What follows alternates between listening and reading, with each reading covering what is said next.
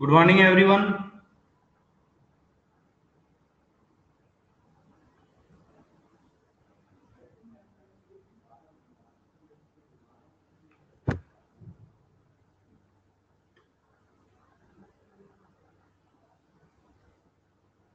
Good morning everyone.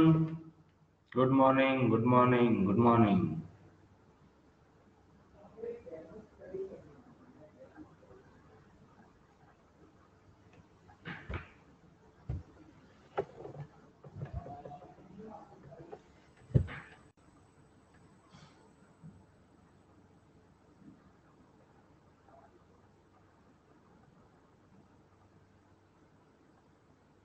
सब लोगों ने डीपीपी देखा?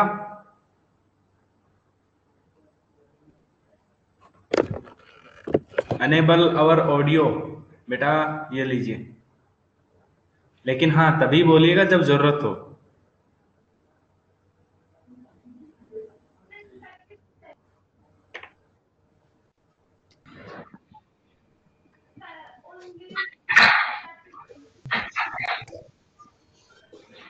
किसी को कोई डाउट है पिछली क्लास में?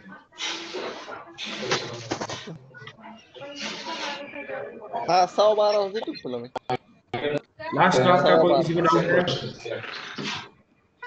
ए गायत्री कोणाचं मी काय करू देत होतो पश्चात मी देत होतो पश्चात काय आता आहे एक्सपेरिमेंट मत करिए। आणि मी कधी करायचं लेक्चर मग राहून दे करतच नाही मी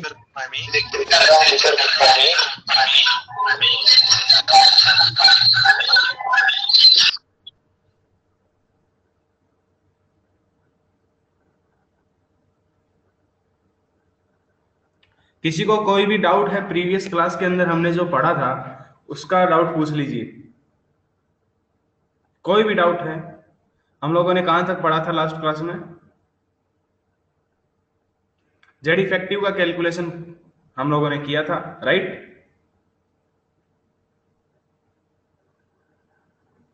तो आज आप लोग एक काम करिएगा, जाकर के जो डीपीपी है, हाँ, कोवेलेंट रेडियस के बारे में हम लोगों ने प्रीवियस क्लास में पढ़ा था।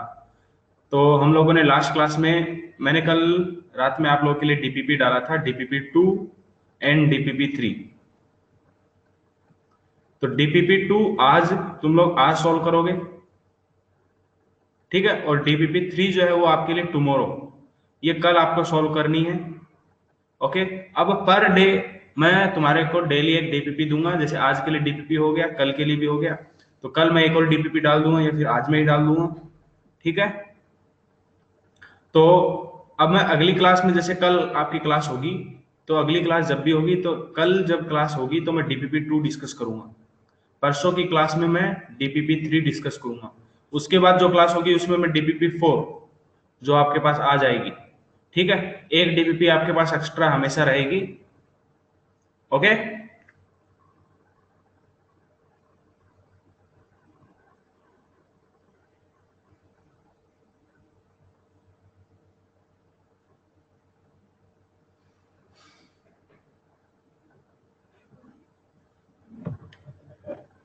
तो shall we start the class? काफी बच्चे अभी आए बाकी हैं हालांकि।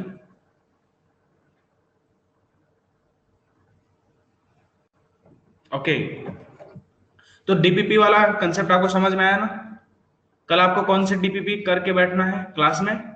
क्लास में आते वक्त डीपीपी 2 आपका पूरा कंप्लीटली सॉल्व हो जाना चाहिए। कोई भी डाउट होगा उसको हम लोग डिस्कस करेंगे। Okay,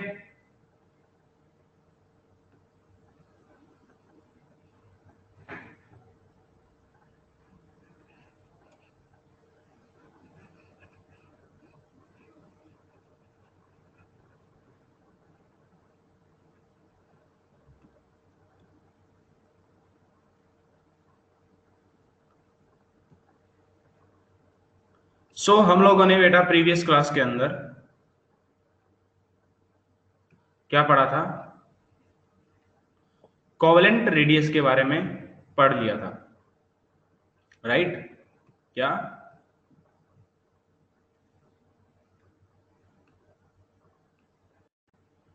we were discussed about covalent radius.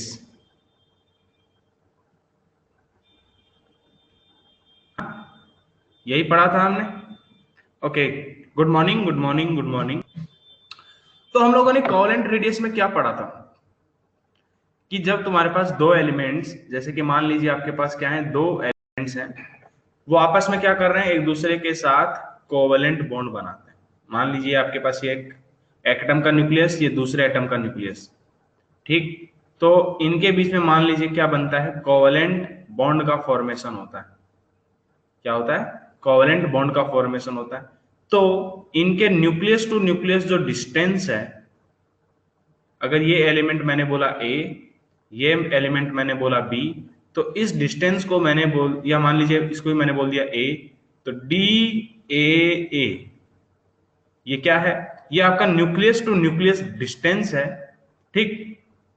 चलिए, तो उस वक्त हमने क्या बोला कि r A plus r b, covalent radius of a plus covalent radius of b will be equal to what, d ए.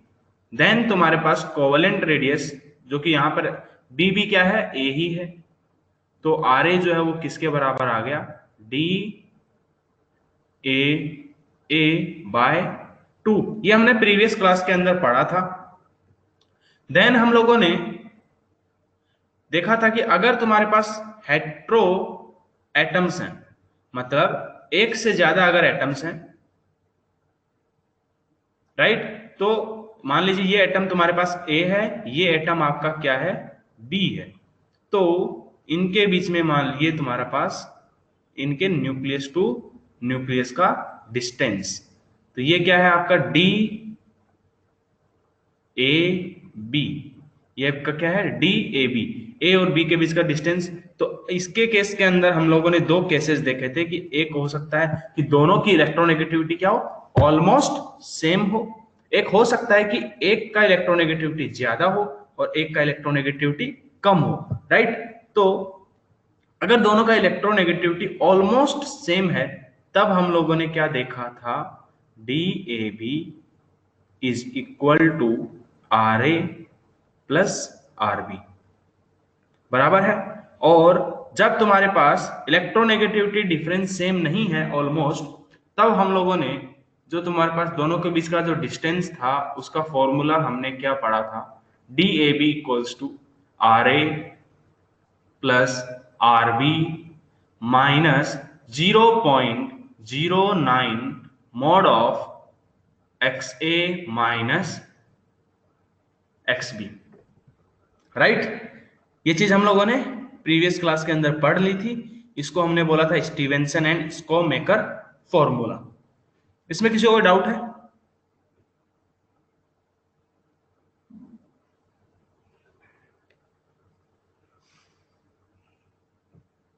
सबको मेरी आवाज क्लियर आ रही है?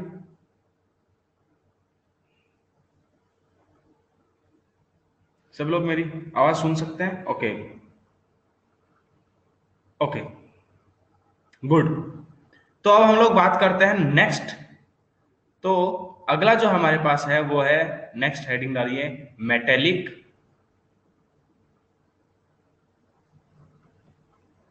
रेडियस. क्या? मेटेलिक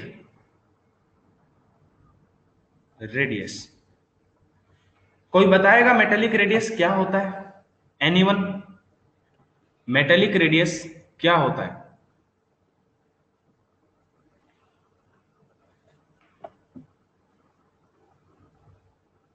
मेटेलिक रेडियस क्या होता है?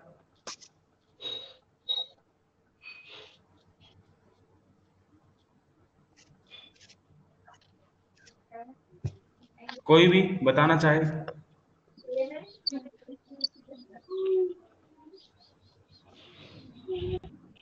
कोई भी बताएगा कि मेटेलिक रेडियस क्या होता है? हाँ बिल्कुल बिल्कुल बिल्कुल. Sunil Pawar, van der Waals radius. हाँ तो वंडरवॉल रेडियस इसके बाद ले लेंगे.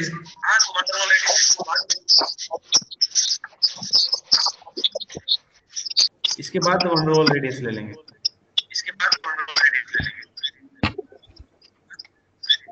और कोई कुछ बताना चाहेगा? अमेश जी ने बोला कि टू मेटल एटम्स का रेडियस। ओके, देखो बेटा,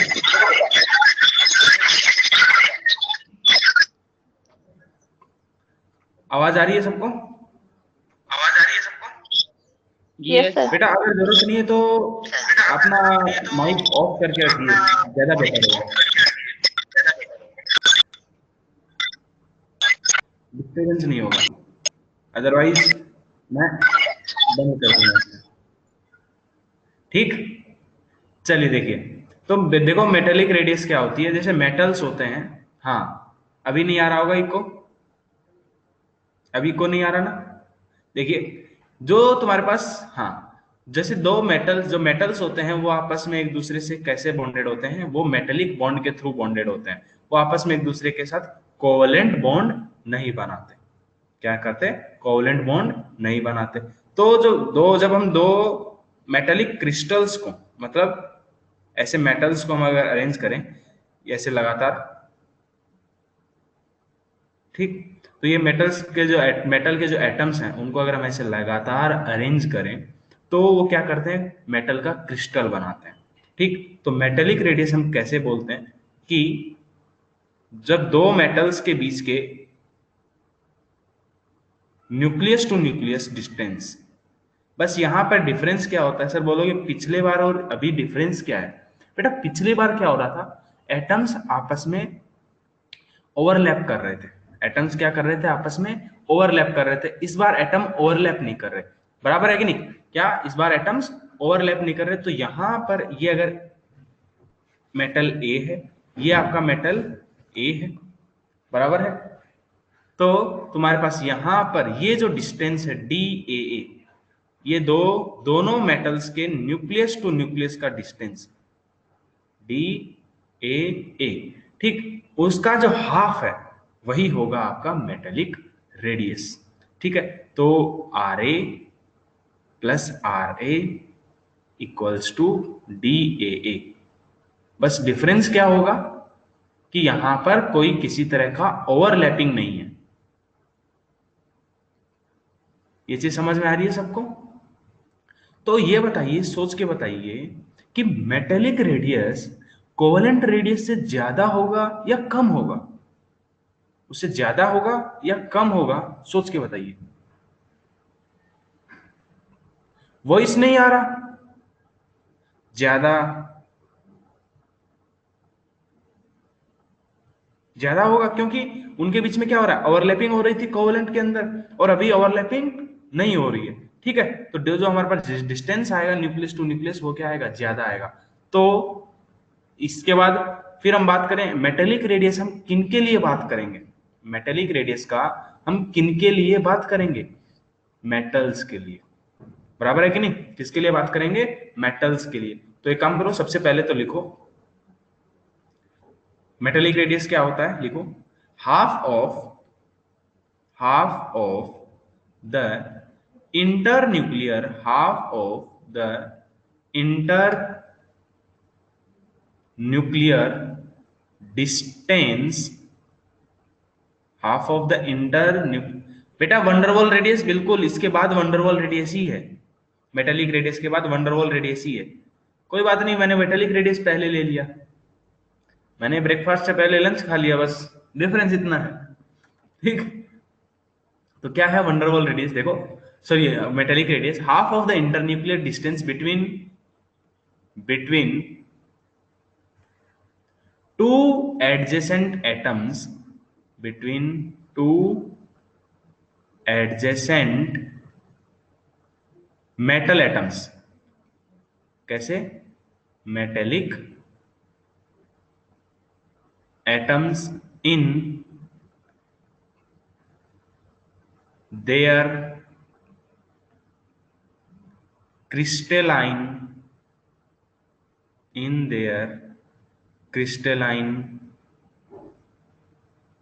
स्ट्रक्चर। ठीक है, ओके। तुम्हारे पास मेटेलिक रेडियस के लिए, हम मेटेलिक रेडियस की जो बात है वो हम किसके लिए करेंगे? मेटेलिक रेडियस की हम जो बात करेंगे वो किसके लिए करेंगे? तुम्हारे मेटल्स के लिए। तो it is used for it is used for metals. हम मेटल्स के लिए मेटेलिक रेडियस की बात करेंगे। ओके, देन तुम्हारे पास बेटा जो मेटेलिक रेडियस होता है, जो मैंने अभी बताया, मेटेलिक रेडियस क्या होती है, कोवेलेंट रेडियस से ज्यादा होती है। Metallic radius is greater than covalent radius, is greater than covalent radius. Okay, पर चलिए फटाफट इसको नोट कर लीजिए, जल्दी से नोट करिए।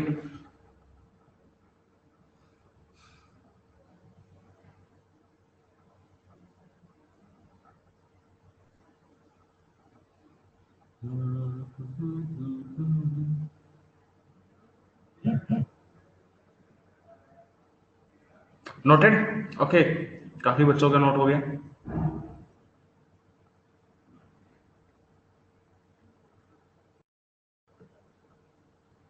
सब लोग जल्दी से नोट करिए। आई होप मेटेलिक रेडियस समझ में आया होगा। बहुत आसान है, बिल्कुल से फर्जी चीज है।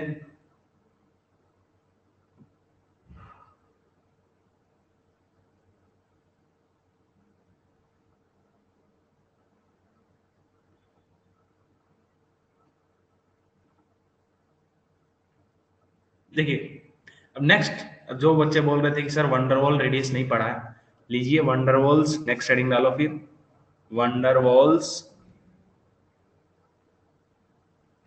रेडियस।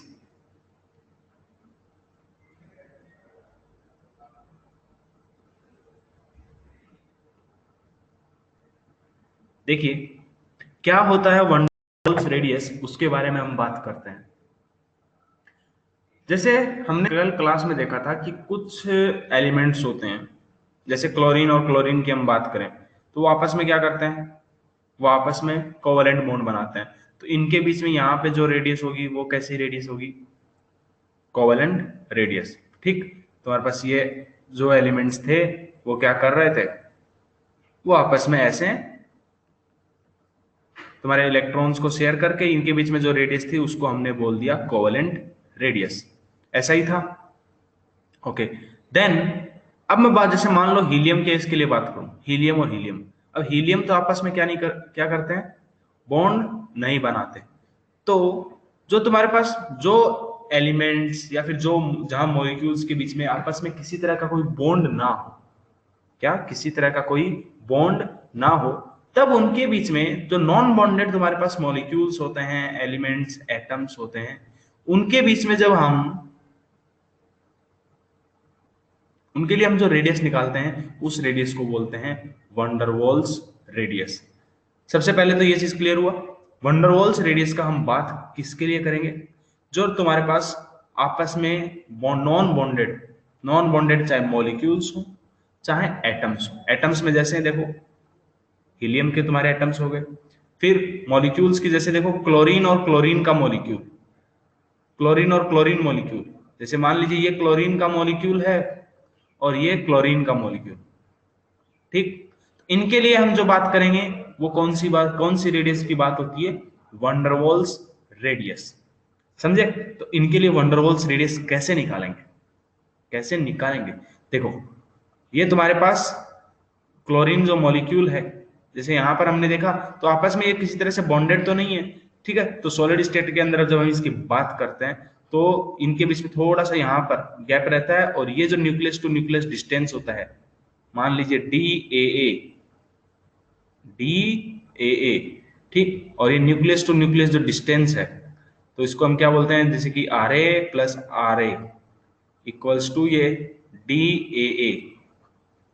तो are a will be equals to what, d A a upon 2। और यहाँ पे ये जो आर ए है ये क्या है आपका वंडरवॉल रेडियस, ये क्या है आपका वंडरवॉल रेडियस।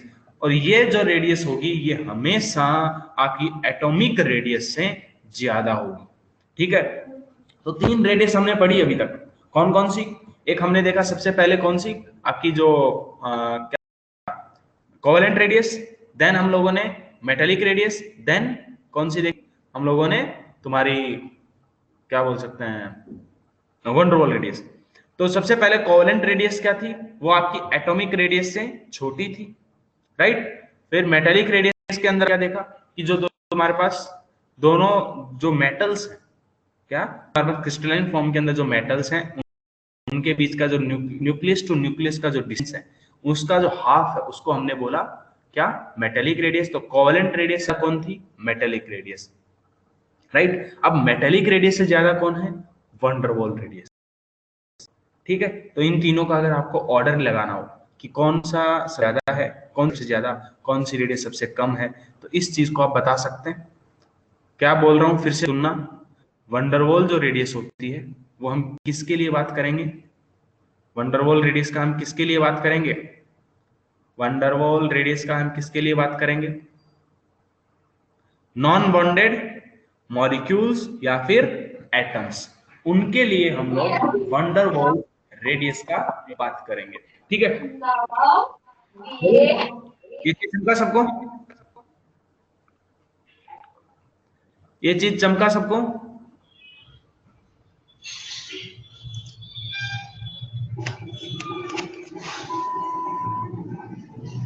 सबको चमका गया ये चीज, चमका चमका। किसी को कोई डाउट है, नो सर।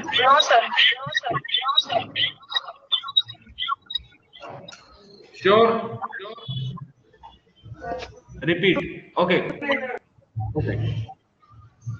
क्या हुआ, फिर से मैं रिपीट कर रहा हूं कि सबसे पहले तो ध्यान से सुनो, जब दो तुम्हारे पास एटम्स हो, दो मॉलिक्यूल्स हो, जब वो आपस में बॉन्डेड ना हो, क्या, जब वो आपस में बॉन्डेड ना हो, तब उनके लिए, बेटा थोड़ा रिपीट कर दीजिए। आप लोग डाउट पूछ पाए, मैं इसलिए आपको परमिशन दिया सकता हूँ, फिर मैं वही होगा कि मैं परमिशन नहीं दूंगा। सर आवाज नहीं आ रहा है।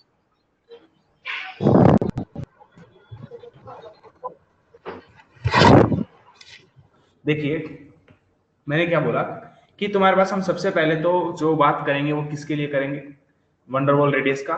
हम नॉन मेटल्स और जो नोबल गैसेज होती हैं उनके लिए बात करते हैं, किसके लिए, नॉन मेटल्स और नोबल गैसेज के लिए हम वंडरवॉल रेडियस का बात करते हैं, ठीक। कब बात करेंगे, जब तुम्हारे पास जो एलिमेंट्स हैं या फिर जो तुम्हारे पास मॉलिक्यूल्स हैं वो क्या हो, आपस में किसी तरह का कोई बॉन्ड ना बनाए, किसी तरह से कोई कोई उनके बीच में केमिकल बॉन्ड का फॉर्मेशन ना हो, मॉलिक्यूल्स के बीच में या फिर एटम्स के बीच में, तब हम वंडरवॉल रेडियस का बात करते हैं, ठीक है। तो जैसे मान लीजिए Cl2 मॉलिक्यूल है यहाँ पर, जब Cl2 मॉलिक्यूल है तो वो तो तुम्हारे पास एक पूरा Cl2 मॉलिक्यूल में दो न्यूक्लियस हैं, Cl2 के मॉलिक्यूल में दो न्यूक्लियस हैं, एक दो क्लोरीन है Cl2 के मॉलिक्यूल में, क्या है, दो क्लोरीन है। तो यहाँ पर हम फिर डिस्टेंस कैसे निकालेंगे भैया, तो इनके जो बिल्कुल से यहां से यहां तक का जो डिस्टेंस है, ये देखो पूरे मॉलिक्यूल का सेंटर को लेना है, किसके, मॉलिक्यूल के सेंटर से दूसरे मॉलिक्यूल के सेंटर के बीच का जो डिस्टेंस है उसको हमने बोल दिया वंडरवॉल रेडियस। कमलेश जी बोल रहे हैं कि उनको आवाज नहीं आ रहा, अभी भी नहीं आ रहा बेटा,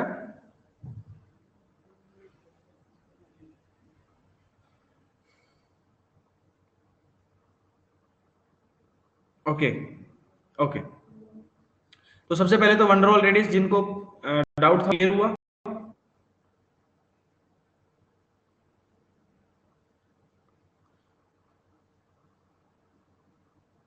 अभी समझ में आया वंडरवॉल रेडियस क्या है,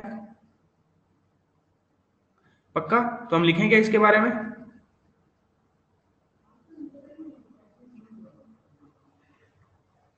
तो देखिए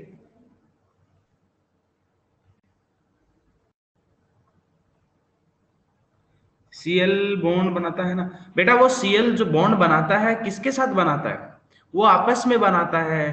तो तुम्हारे पास क्लोरीन, और मैंने क्लोरीन एटम और क्लोरीन एटम की बात नहीं की, क्या मैंने क्लोरीन और क्लोरीन के एटम की बात नहीं की, मैंने किसकी बात की, क्लोरीन के मॉलिक्यूल्स की बात की, कि मॉलिक्यूल्स और मॉलिक्यूल्स के बीच में हाँ, ऐसे बिल्कुल हो सकता है कि कुछ, जैसे अब क्लोरीन है, क्लोरीन के लिए हम बात करें तो कोवेलेंट रेडियस की बात भी होगी, और तुम्हारी कौन सी रेडियस, जो तुम्हारा वंडरवॉल रेडियस है, दोनों की बात होगी। लेकिन कब, जब क्लोरीन और क्लोरीन आपस में जुड़े होंगे, तब कौन सी रेडियस की बात हो रही है, कोवेलेंट रेडियस की।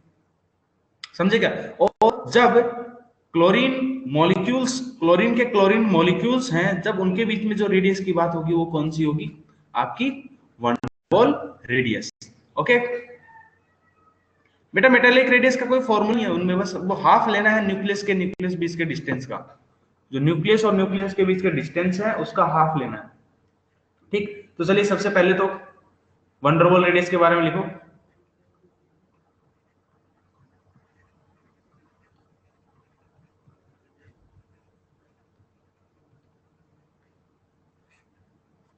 सबसे पहले लिखो this radius is used for non-metals,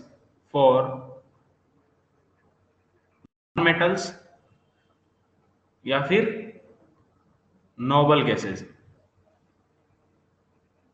हम इनके लिए हम इस रेडियस का जनरली बात करते हैं। नॉन मेटल्स कौन से, जो तुम्हारे पास कंपाउंड्स बना रहे हैं, कोवेलेंट कंपाउंड्स का फॉर्मेशन कर रहे हैं, उनके लिए। ठीक, चलिए देन हमारे पास अभी होता क्या है, तुम्हारे पास वंडरवॉल रेडियस, इस चीज को लिखो। देखो तो तुम्हारे पास हाफ ऑफ द डिस्टेंस, लिखो half of the distance, half of the distance between the nuclei, nuclei मतलब क्यों बोल रहा हूं, क्योंकि एक से ज्यादा न्यूक्लियस है इसलिए उसका प्लूरल फॉर्म आया, between the nuclei of adjacently placed atoms in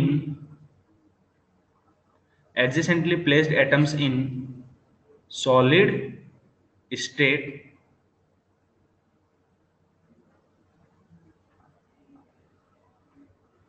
ठीक, उसको हम बोलते हैं van der Waals radius.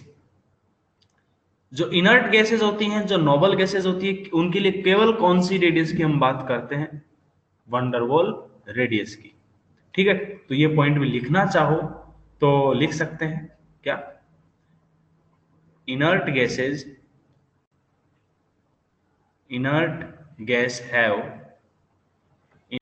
have only van der Waals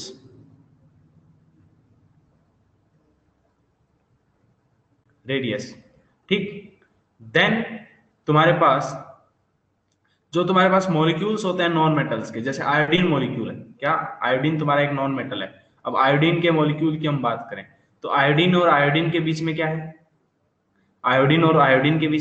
covalent bond है भैया। I2 मॉलिक्यूल के बीच में, I2 मॉलिक्यूल के अंदर आयोडीन और आयोडीन के बीच में क्या है भैया, आयोडीन और आयोडीन के बीच में क्या है, कोवेलेंट बॉन्ड। लेकिन आयोडीन मॉलिक्यूल और आयोडीन मॉलिक्यूल के बीच में क्या है, वहां पर आपके पास वंडरवॉल रेडियस है। ठीक है, तो दोनों तुम्हारे पास नॉन मेटल्स मॉलिक्यूल्स के केस के अंदर हम दोनों रेडियस की बात कर सकते हैं। ठीक है, तो ये पॉइंट लिख लीजिए, in molecules of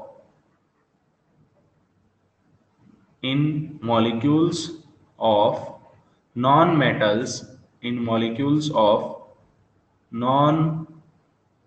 metals, solid, both covalent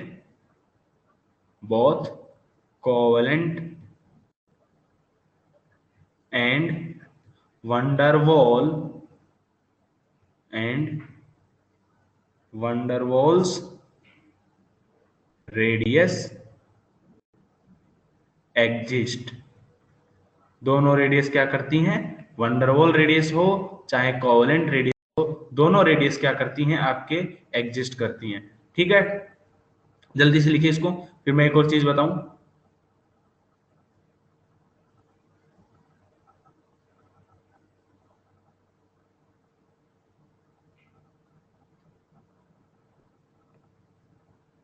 जैसे देखिए मैं एग्जांपल दूं, फॉर एग्जांपल जैसे देखिए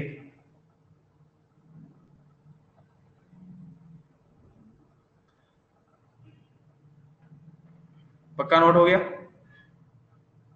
चलिए देखिए लास्ट स्लाइड प्लीज। आप बेटा देखो मैंने अभी आपको जस्ट परमिशन दिया है, आप खुद स्लाइड में जा सकते हैं उसमें। सेकंड स्लाइड पे जाके देखो।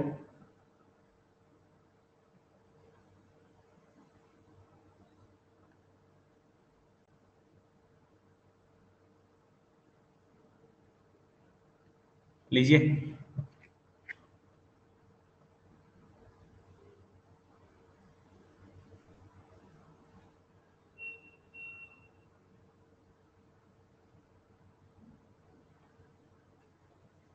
राइट कॉर्नर में नहीं लिखे, राइट अभी मतलब कौन से कॉर्नर, इस वाले कॉर्नर में जहां मेरा मार्कर है।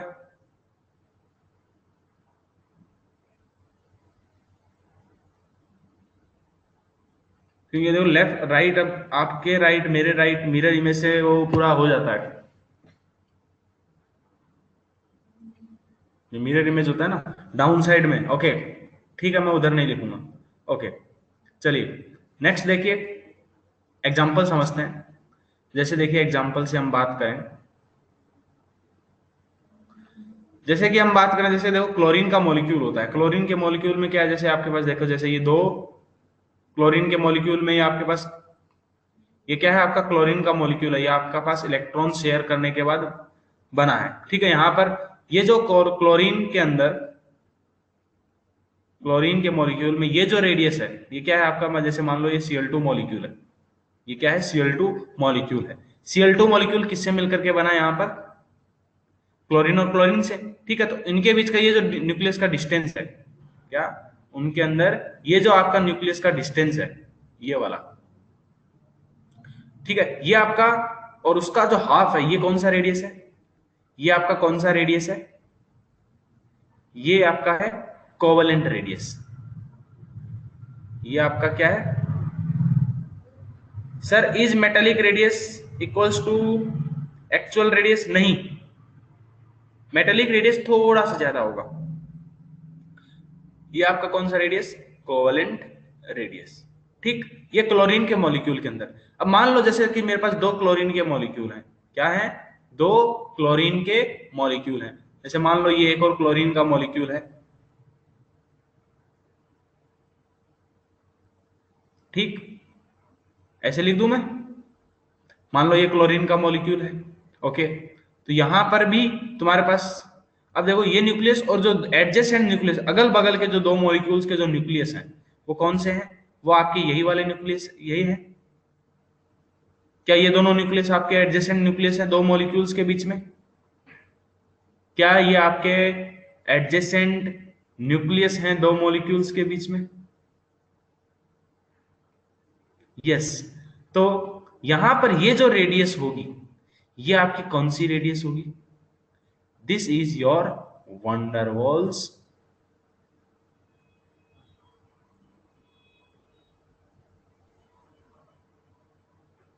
रेडियस।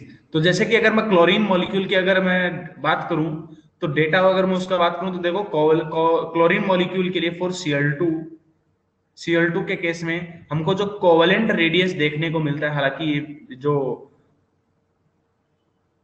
डेटा है वो आपको याद नहीं रखना, मैं बस एक ऐसे ही इंफॉर्मेशन के तौर पे बता रहा हूं कि जैसे कि क्लोरीन के केस में जो कोवेलेंट रेडियस होता है वो कितनी होती है आपकी 0.99 एंगस्ट्रॉम।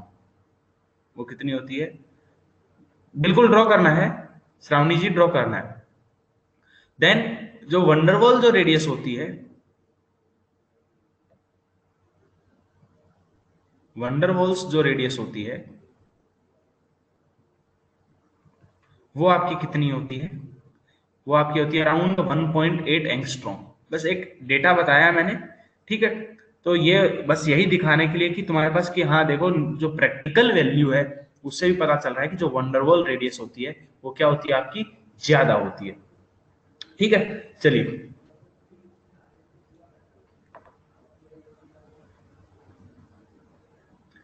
नोटेड। जल्दी से नोट करिए। अच्छा ओके, इसका हाफ, इसका भी क्या हाफ, न्यूक्लियस का हाफ होता है ना, ये वाला हाफ।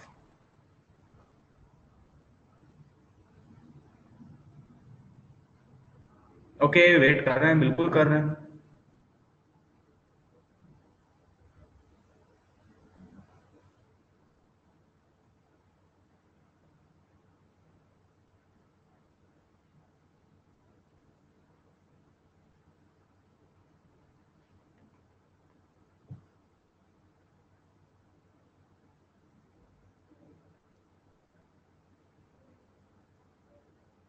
किसी को कोई डाउट है?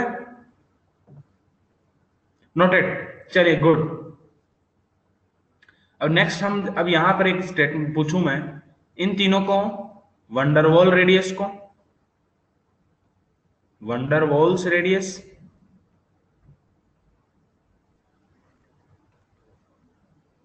Metallic radius,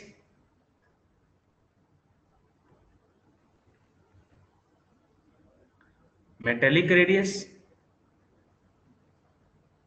and covalent radius. Last slide बिल्कुल एक, जस्ट वेट, कोवेलेंट स्लाइड। इन तीनों को आप अरेंज करिए कि सबसे बड़ी साइज कौन सी होगी, कौन सी सबसे ज्यादा बड़ी रेडियस होगी, कौन सी रेडियस उसके सबसे कम होगी। इनको ऑर्डर अरेंज करिए, तीनों को अरेंज करिए इनके ऑर्डर में, देखते हैं कितने लोग करते हैं।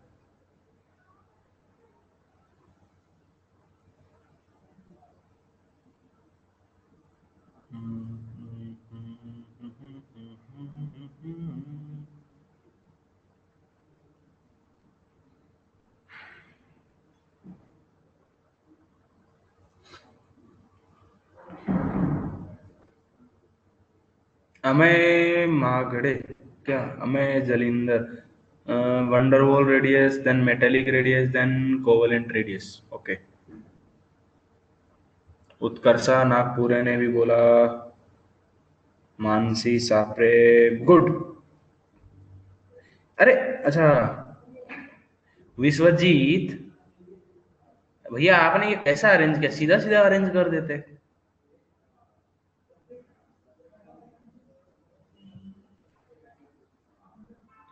चलिए देखिए, नोट कर लिया सबने?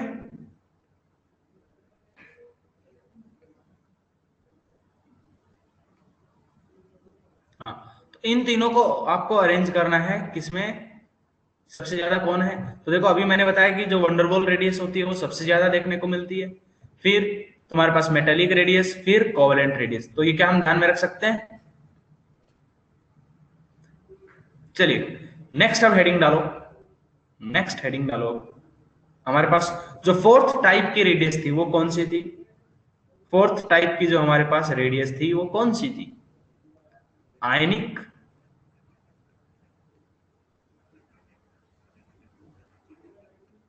रेडाई, या फिर मैं बोलूं रेडियस, ठीक।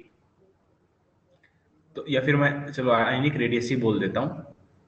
क्या होती है आयनिक रेडियस, चलिए कोई बताएगा आयनिक रेडियस क्या होती है। दो, सबसे पहले तो चलो आयनिक रेडियस से मतलब समझे, उससे पहले जो वर्ड है आयन, इसका मतलब क्या है। वर्ड है आपके पास आयन, इसका मतलब क्या है। चलिए बताइए, कौन बताएगा। आयन का मतलब क्या होता है, चार्ज एटम, बिल्कुल किसी ने बोला चार्ज एटम। ओके, किसी ने बोला चार्ज एटम।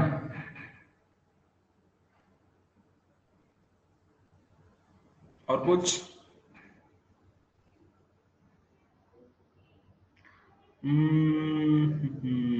ओके। चलिए देखिए बेटा, जैसे कि मान लीजिए मेरे पास कोई एक एलिमेंट है एम, एम कोई भी मेरे पास कोई एक एलिमेंट है, एम क्या है मेरे पास, कोई भी एक एलिमेंट है। अगर मैं इसकी वैलेंस सेल में से एक इलेक्ट्रॉन को निकाल दूं, क्या करूं, मान लीजिए मैं एक इलेक्ट्रॉन को निकाल दूं, तो क्या बनेगा, इस एम के ऊपर एक पॉजिटिव चार्ज आएगा, ठीक, बराबर है। मान लो फिर से मैं एक और इलेक्ट्रॉन को निकाल दूं तो क्या होगा, फिर से इसके ऊपर m के ऊपर क्या आएगा, 2+ आएगा, 2 इलेक्ट्रॉन इसने लूज कर दिए। ठीक, तो ये जो तुम्हारे पास जब हम इलेक्ट्रॉन हमने लूज किए तब तुम्हारे पास ये जो स्पीशीज बनी ये क्या है, चार्ज्ड स्पीशीज है, बराबर है कि नहीं। ये क्या है, आपके आयन्स है। और ये कौन सा आयन है, इसको हम क्या बोलते हैं, कैटायन। दो तरह के आयन्स होते हैं हमारे पास, एक positively charged and the other one is negatively charged. जो पॉजिटिवली चार्ज्ड होते हैं उनको हम क्या बोलते हैं, कैटायन, और जो नेगेटिवली चार्ज्ड होते हैं उनको हम क्या बोलते हैं, अनायन। क्या मैंने पहले ये बताया है, मोल कंसेप्ट के टाइम पे याद करो, शुरुआत में ही। देन तुम्हारे पास अगर मान लो इसी एलिमेंट के अंदर मैं एक इलेक्ट्रॉन ऐड कर दूं तो इस बार क्या हो गया, इसके ऊपर नेगेटिव चार्ज ज्यादा हो गया, M-। फिर मान लो मैंने फिर से एक और इलेक्ट्रॉन ऐड कर दिया तो इस बार क्या हो जाएगा, इसके ऊपर M2-। तो ये जो तुम्हारे चार्ज स्पीशीज बनती हैं इनको हम क्या बोलते हैं, एनायंस। इनको हम क्या बोलते हैं, एनायंस। ओके, तो ये चीज क्लियर है सबको। सबसे पहले कैटायन क्या होता है, एनायन क्या होता है, ये चीज समझना जरूरी है। भैया सबको समझ में आया ये चीज,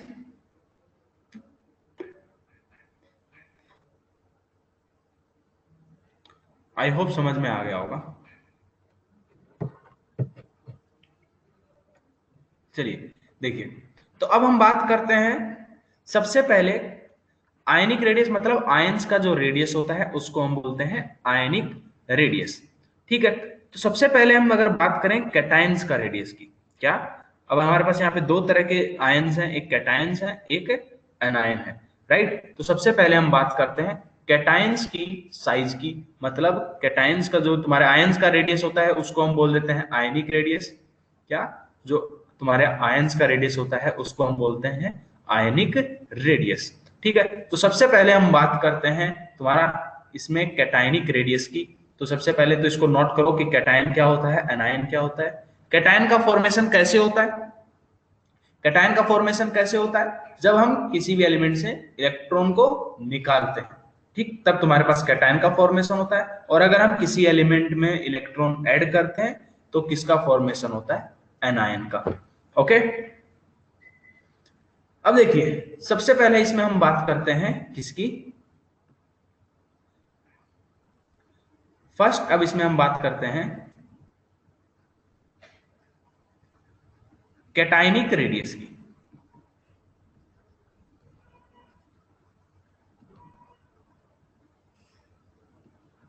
ठीक, सबसे पहले तो कैटायन क्या होता है, चलो इसको मैं लिख देता हूं, एक स्टेटमेंट लिख ही देता हूं। कुछ बच्चे हो सकता है बोलेंगे सर आपने लिखवाया नहीं है, ठीक है, तो जैसे लिख लीजिए, व्हेन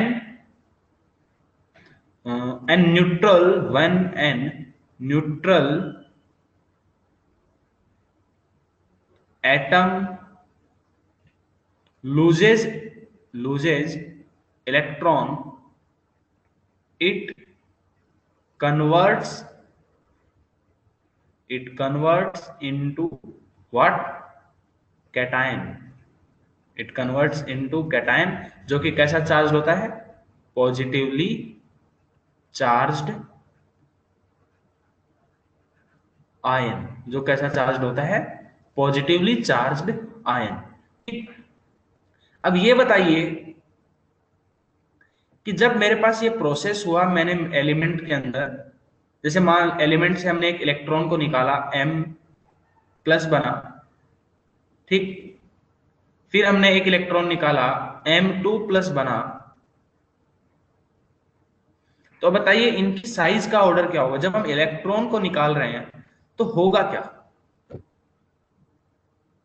कोई सोचिए, थॉट प्रोसेस जनरेट करिए कि इलेक्ट्रॉन को निकालेंगे तो अगर मेरे को मैं अगर जनरल एग्जांपल लूं, जैसे मान लीजिए मैंने एग्जांपल ले लिया सोडियम का,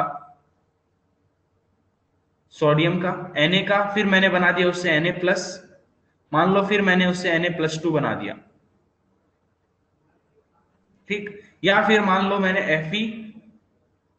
Fe से मैंने पहले क्या किया, 1-2 इलेक्ट्रॉन मान लो निकाल दिए तो Fe+2 बना दिया, और आपको Fe+3। ये क्या है? इनके बीच में आपको साइज कंपेयर करना है, साइज कंपैरिजन के क्वेश्चंस आएंगे, ठीक है? इनके बीच में साइज कंपेयर करना है, तो साइज में क्या फर्क पड़ेगा, सोच के बताओ।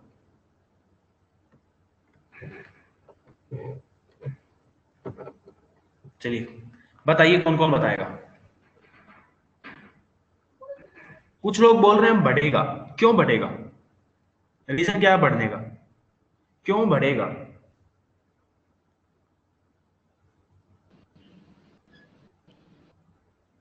कोई तो रीजन होगा, ऐसा बिना रीजन के तो नहीं बढ़ेगा ना। क्या रीजन है?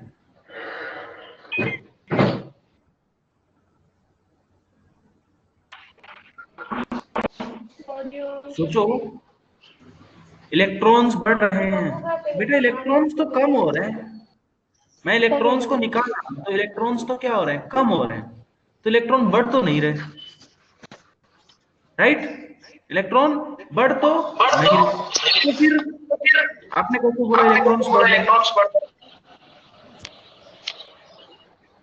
सर्विस बोल रहे हैं डिक्रीज हो रहा है। डिक्रीज क्यों होगा?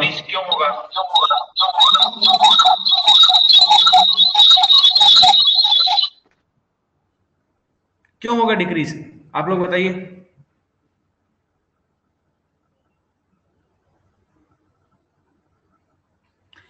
कोई दिक्कत देखो, आप लोग का बोलना है इंक्रीज होगा, कुछ लोग का बोलना है डिक्रीज होगा।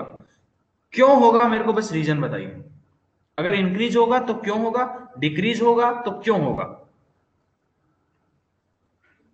इलेक्ट्रॉनिक फोर्स कम होगा। किसका? उन्होंने बोला इलेक्ट्रॉनिक फोर्स कम होगा।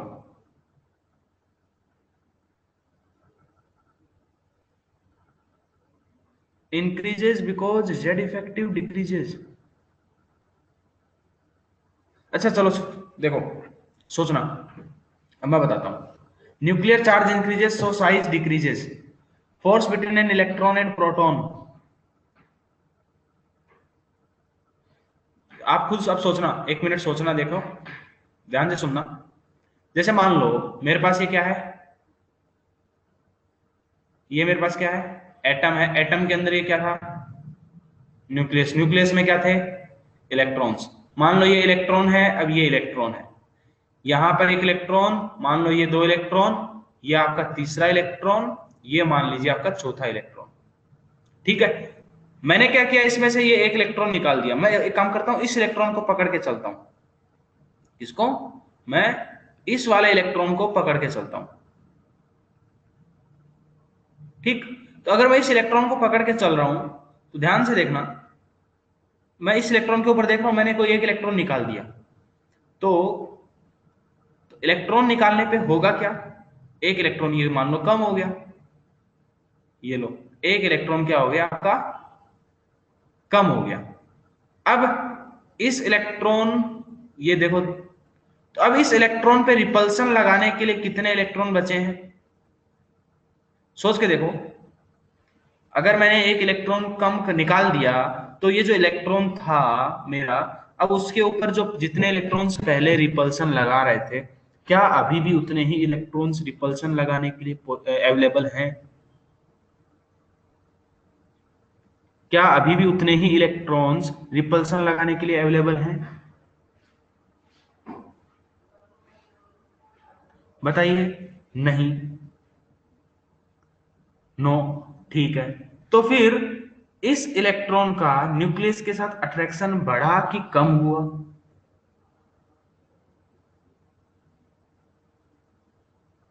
फिर इस इलेक्ट्रॉन का न्यूक्लियस, अगर तुमने ये इलेक्ट्रॉन निकाल, एक इलेक्ट्रॉन निकाल दिया, ठीक, तो पहले इस इलेक्ट्रॉन के ऊपर रिपल्सन लगाने के लिए ज्यादा नंबर ऑफ इलेक्ट्रॉन्स थे। अब मैंने एक इलेक्ट्रॉन निकाल दिया, कैटायन बन गया। अब तुम्हारे पास इस इलेक्ट्रॉन पे रिपल्सन लगाने के लिए कम इलेक्ट्रॉन्स हैं, तो इसका न्यूक्लियस के साथ अट्रैक्शन बढ़ेगा या कम होगा? बढ़ेगा। अच्छा, आप लोगों ने बताया ये चीज ना। तो जो जेड इफेक्टिव का फॉर्मूला हमने क्या पढ़ा था, जेड इफेक्टिव का फॉर्मूला हमने पढ़ा था जेड माइनस सिग्मा, यही पढ़ा था। यही पढ़ा था कि नहीं? ओके। सिग्मा जो है वो किस चीज को रिप्रेजेंट करता है? सिग्मा किस चीज को रिप्रेजेंट करता है? रिपल्सिव फोर्सेस को। जेड जो है वो किस चीज को रिप्रेजेंट करता है? आपका अट्रैक्टिव फोर्स को। हाँ है ना? जेड किस चीज को रिप्रेजेंट करता है? ये आपका देखो, फील करना। जेड किस चीज को रिप्रेजेंट करता है? आपके अट्रैक्टिव फोर्स को। ये किस चीज को रिप्रेजेंट करता है? आपके रिपल्सिव फोर्सेस को। इसी चीज को रिप्रेजेंट करता है कि नहीं? ओके। आपने इलेक्ट्रॉन को निकाला, रिपल्सन कम हो गया, अट्रैक्शन बढ़ गया, तो जेड इफेक्टिव इंक्रीज हुआ कि डिक्रीज हुआ? जेड इफेक्टिव इंक्रीज हुआ कि डिक्रीज हुआ? जेड इफेक्टिव इंक्रीज हुआ या डिक्रीज हुआ? सोच समझ के आंसर देना, कोई जल्दबाजी नहीं है।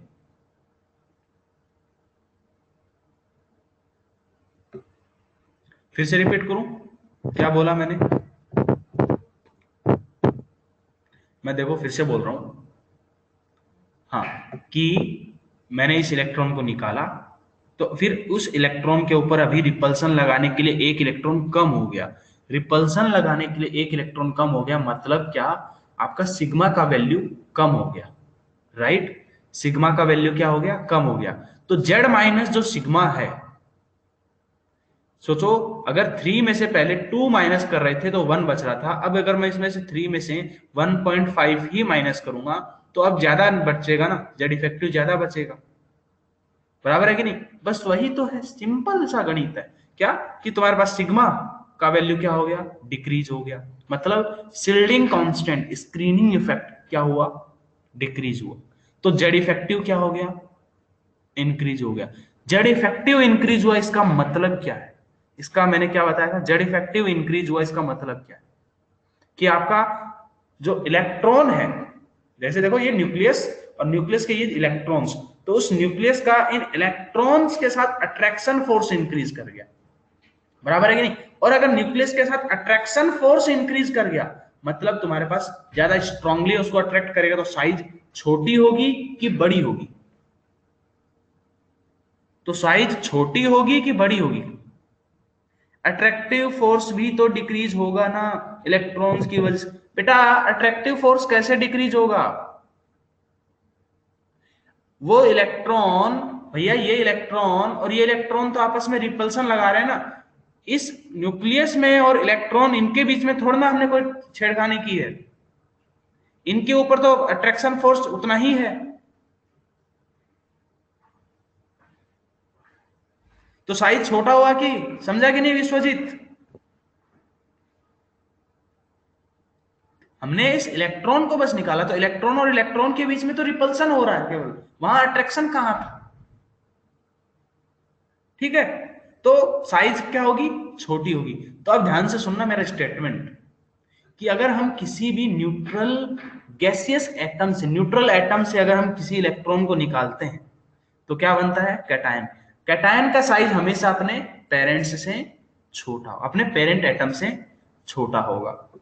समझा क्या? क्या मैं स्टेटमेंट बोला मैंने कि हमेशा कैटायन का साइज अपने पेरेंट एटम से छोटा होगा। क्या ये स्टेटमेंट सही है?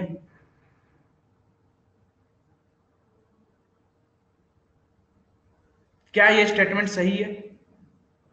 ट्रू और फॉल्स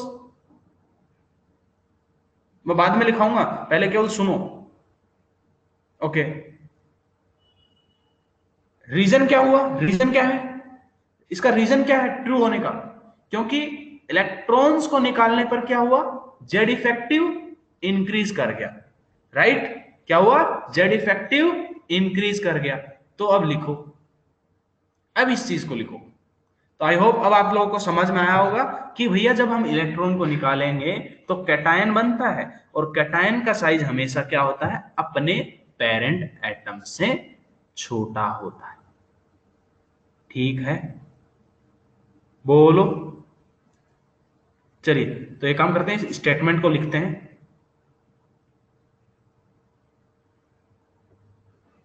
तो जैसे देखियो यहां पर, चलिए इसको लिख ही लेते हैं यहां पे। देखो, तो यहां पे ये स्टेटमेंट लिखना क्या, कि कैटायनिक रेडियस, या फिर मैं ऐसे लिखूं, radius of cation is always क्या, रेडियस ऑफ कैटायन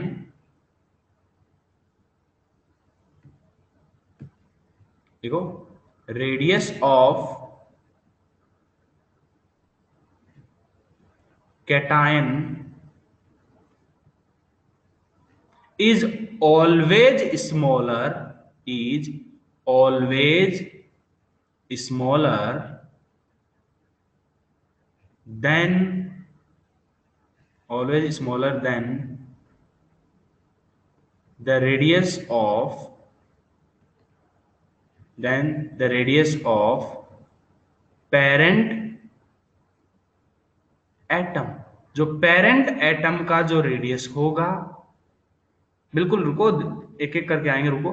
तो तुम्हारे पास कैटायन का जो साइज होता है वो हमेशा क्या होता है, प्रीवियस जो पेरेंट एटम होता है उससे हमेशा छोटा होता है। क्यों? Because after losing, because after losing electron, number of electron क्या हो जाते हैं, रिड्यूस हो जाते हैं, number of electrons reduces, but number of proton, लेकिन जो प्रोटॉन्स हैं, नंबर ऑफ प्रोटॉन्स है वो सेम रहते हैं, but number of protons remains same, number of protons remains same due to this, इससे क्या होगा, जेड इफेक्टिव इंक्रीजेस, क्या होगा, जेड इफेक्टिव इंक्रीज, हेंस ये स्टेटमेंट लिख लो पूरा, hence electrons are pulled, electrons क्या हो जाएंगे, आपके न्यूक्लियस की तरफ खींचे चले जाएंगे, electrons are pulled towards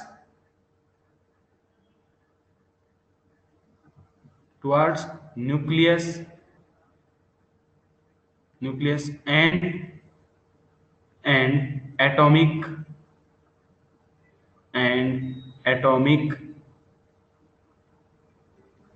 radius decreases, और उससे क्या होगा, फिर एटॉमिक रेडियस आपका डिक्रीज हो जाएगा। ठीक,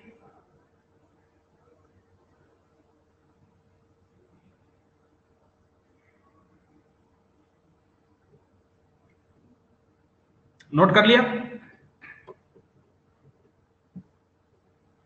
जल्दी से नोट करिए सब लोग।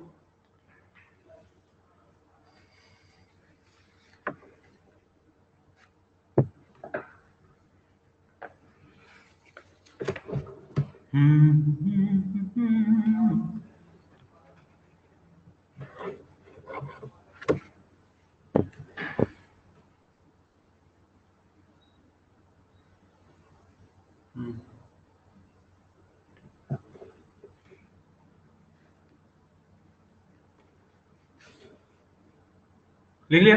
अब सोचना कि अगर वैलेंस इलेक्ट्रॉन, अगर सारे के सारे वैलेंस इलेक्ट्रॉन निकल जाए, क्या सारे के सारे वैलेंस इलेक्ट्रॉन निकल जाए,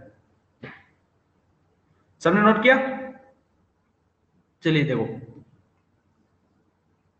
तो इसका मतलब अगर मैं कभी भी बात करूं m, फिर m प्लस, फिर m2 प्लस, फिर आपका m3 प्लस, तो हमेशा किसका साइज छोटा होगा,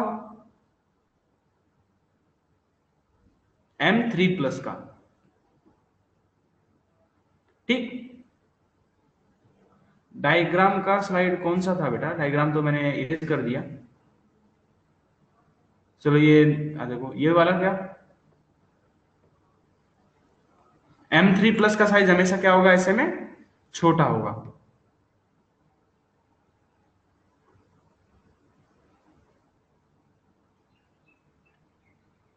ओके,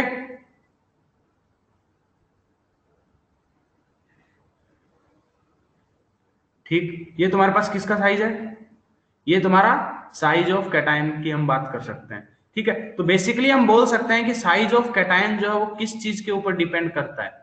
साइज ऑफ कैटायन वो क्या है, वो इनवर्सली प्रोपोर्शनल है किसके, तुम्हारे पास तुम्हारा जेड इफेक्टिव के।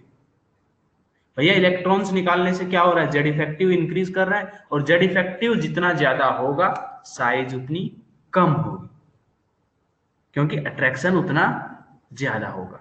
ठीक है, कोई बात नहीं, उत्कर्ष सर ये वाला नोट कर लीजिए।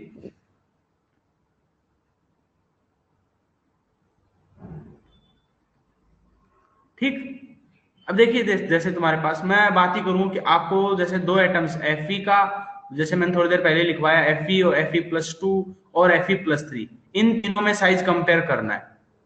क्या आपको इन तीनों के अंदर साइज कंपेयर करना है, तो कैसे कंपेयर करोगे भैया, इन तीनों में साइज कैसे कंपेयर करोगे। देखो सेम एलिमेंट के तुम्हारे पास क्या है, ये कैटायंस है, बराबर है कि नहीं, तो तुम्हारे पास कैटायन का साइज हमेशा अपने पेरेंट एटम से छोटा होता है, मतलब Fe+2 का साइज Fe से छोटा ही होगा। Fe+2+3 का पेरेंट एटम कौन है, Fe+2, तो उसका साइज, तो ये तुम्हारे पास इनके साइज का ऑर्डर आ गया। जैसे मान लो मैं आपको मैग्नीशियम Mg और Mg2+ की साइज का ऑर्डर पूछूं, क्या मैं आपसे Mg और Mg+2 की साइज का ऑर्डर पूछूं, तो इनमें कौन बड़ा होगा, किसकी साइज बड़ी होगी, Mg की साइज बड़ी होगी, बराबर है कि नहीं, क्योंकि Mg के अंदर इलेक्ट्रॉन्स निकालने के। मानसी जी आपने बोला Mg+2 का साइज, Mg+2 का साइज बड़ा नहीं होगा, Mg का साइज बड़ा होगा।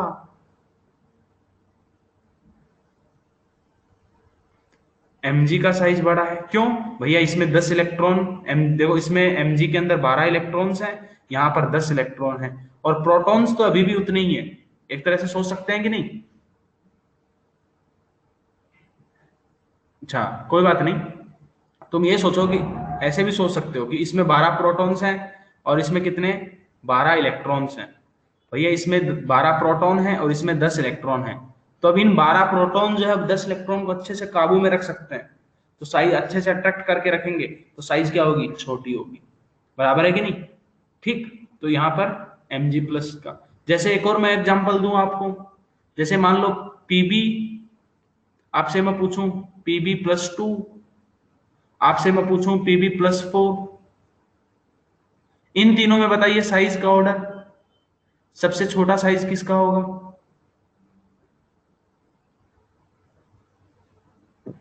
सबसे छोटा साइज किसका होगा, +4 का। तो जैसे जैसे तुम्हारे पास, बिल्कुल, तो Pb का साइज सबसे बड़ा, देन Pb+2, देन Pb+4, ये इनके किसकी साइज का, इनकी एटॉमिक रेडियस का ऑर्डर है। देन जैसे देखो मैं एक और एग्जांपल दे दूं, जैसे मान लीजिए Mn is manganese, then Mn आपको मैंने दिया, Mn+2 दिया, Mn मैंने आपको +3 दिया, Mn+4 दिया, Mn मान +4 की जगह मान लो, चलो +4 ही ले लो, फिर मान लो मैंने Mn+5 दिया, फिर Mn+6 दिया, इनके साइज का ऑर्डर, फिर मान लो मैंने Mn+7 दिया, तो इनकी साइज का ऑर्डर क्या होगा।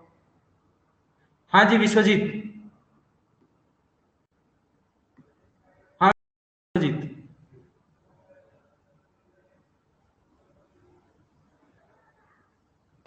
बोलो,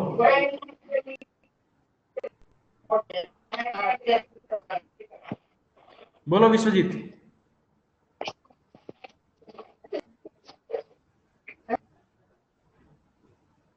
आपने हैंड रेज किया विश्वजीत, हैंड रेज किया विश्वजीत, अच्छा गलती से हो गया, अरे भैया कोई बात नहीं, चलो कोई बात नहीं। तो देखो Mn जो है तुम्हारे पास, उसका साइज सबसे बड़ा होगा, फिर Mn+2 का, फिर Mn+2 से छोटा साइज किसका, Mn+3 का, फिर Mn+4, फिर Mn+5, फिर आपका Mn+6, और देन आपका Mn+7, राइट। ये चीज सबको समझ में आती है। ओके, तो बेसिकली हम लोगों ने कैटायंस का साइज में क्या देखना है कि हमेशा कैटायन का साइज अपने पेरेंट एटम से छोटा होगा, बस इतना ध्यान में रखना, रख सकते हैं इतना ध्यान में। रीजन क्या है उसका भैया, रीजन क्या है उसका, क्यों? क्योंकि भैया जब इलेक्ट्रॉन को हम निकालते हैं, क्या जब हम एटम से इलेक्ट्रॉन को निकालते हैं तो क्या होता है, तो क्या होता है आपके पास जेड इफेक्टिव इंक्रीज करता है, क्या जेड इफेक्टिव आपका इंक्रीज करता है, तो अट्रैक्शन इंक्रीज कर गया न्यूक्लियस के साथ, तो साइज क्या होगी, छोटी होगी, बराबर है कि नहीं। एक और तरीका है सोचने का, जैसे देखो मैं mg और mg+2 के केस में बताऊं, तो ये नोट किया सबने, mg और mg+2 का सोचने का तरीका एक और है, वो मैं बताता हूं आपको, सबने नोट किया पहले?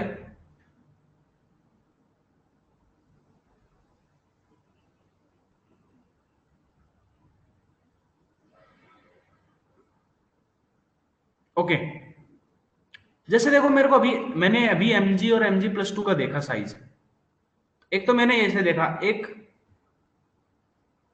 दूसरा क्या है आपका mg और mg+2 में कैसे करोगे भैया, एक काम करो यहां पर देखो, एक काम करो, इनका इलेक्ट्रॉनिक कॉन्फ़िगरेशन क्या होता है, mg का इलेक्ट्रॉनिक कॉन्फ़िगरेशन होता है नियोन 3s2, क्या यही इलेक्ट्रॉनिक कॉन्फ़िगरेशन होता है mg का, 12 इलेक्ट्रॉन्स हैं, और mg+2 मतलब 2 इलेक्ट्रॉन्स निकाल दिए, इसका मतलब नियोन का इलेक्ट्रॉनिक कॉन्फ़िगरेशन, और नियोन का इलेक्ट्रॉनिक कॉन्फ़िगरेशन क्या होता है वो आप सब जानते हैं, क्या 1s2 2s2 2p6। तो यहां पर देखिए mg के अंदर नंबर कितनी सेल में इलेक्ट्रॉन्स हैं, थर्ड सेल तक इलेक्ट्रॉन प्रेजेंट है, बराबर है कि नहीं। mg में कहां तक इलेक्ट्रॉन प्रेजेंट है, थर्ड तक, n=3 में भी इलेक्ट्रॉन है, जबकि mg+2 में तो केवल n=2 में इलेक्ट्रॉन है, तो अगर n=3 में इलेक्ट्रॉन होगा तो साइज बड़ा होगा कि n=2 में, भैया n=3 न्यूक्लियस से ज्यादा डिस्टेंस के ऊपर है तो उसका साइज बड़ा होगा, बराबर है कि नहीं। फिर से रिपीट करूं, मैं क्या बोला, ध्यान से सुनो भैया, mg के अंदर बच्चे, mg के अंदर क्या है, 3 सेल्स के अंदर इलेक्ट्रॉन्स प्रेजेंट है, यहाँ पे n=3 तक, थर्ड सेल में भी इलेक्ट्रॉन प्रेजेंट है, बराबर है। तो सोचो ये अगर mg का न्यूक्लियस है, उसमें ये पहला सेल, ये आपका दूसरा सेल, ये आपका तीसरा सेल, बराबर है। और हमने रेडियस का डेफिनेशन क्या पढ़ा है कि भैया न्यूक्लियस से आउटर मोस्ट सेल जिसमें इलेक्ट्रॉन प्रेजेंट है उनके बीच का डिस्टेंस हमारा रेडियस होता है, ठीक है। यहां पर mg के अंदर थर्ड सेल में भी इलेक्ट्रॉन प्रेजेंट है, मतलब इनके बीच में ये डिस्टेंस होना चाहिए, और mg+2 में क्या है आपके पास, 2 ही सेल में इलेक्ट्रॉन प्रेजेंट है, बराबर है। तो इनके बीच में न्यूक्लियस का इनके बीच में डिस्टेंस कम होगा, मतलब साइज कम होगी, बराबर है कि नहीं। क्या ये वाली चीज समझ में आई। तो कई बार क्या होता है कि कैटायन जब बनाते हैं हम लोग, तो जो वैलेंस सेल है वो भी क्या हो जाती है, चेंज हो जाती है, जब कैटायन का फॉर्मेशन होता है तो तुम्हारे पास उसकी वैलेंस सेल जो है वो भी क्या हो जाती है, चेंज हो जाती है। ये चीज समझा क्या पॉइंट,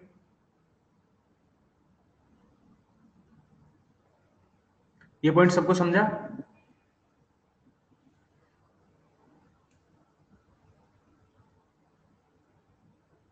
श्योर। तो मैं लिखूं क्या इसको, चलो लिखवा देता हूं, एक काम करता हूं इसको लिखवा ही दूं, लिखो।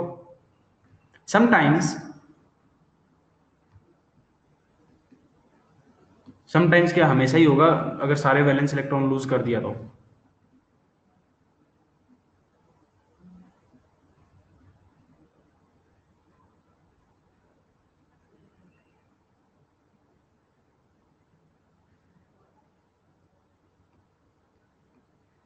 देखो, आफ्टर लूजिंग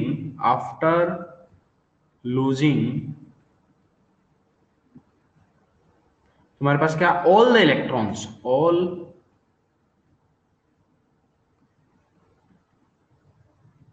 द इलेक्ट्रॉन्स किसके, उसके अंदर ही लिखना है ना, आयनिक रेडियस। बिल्कुल बेटा, कैटायनिक रेडियस के अंदर ही हम सब बातें कर रहे हैं अभी तक। After losing all the electrons from the outer most shell, from the outer most shell, क्या होता है, जो पेनल्टीमेट सेल होता है, मतलब n-1, पेनल्टीमेट सेल ही बोलते हैं n-1, है ना, n-1 को ही बोलते हैं penultimate shell.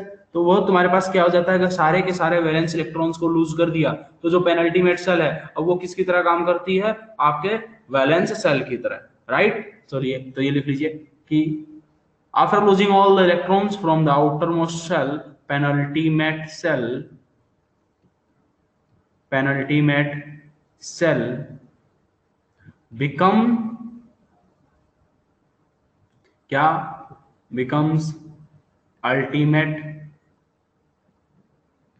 becomes ultimate cell, which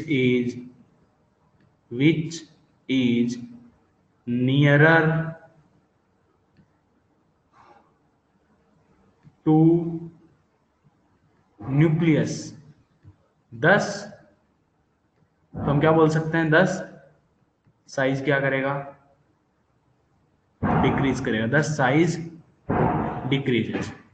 okay, everyone got the point.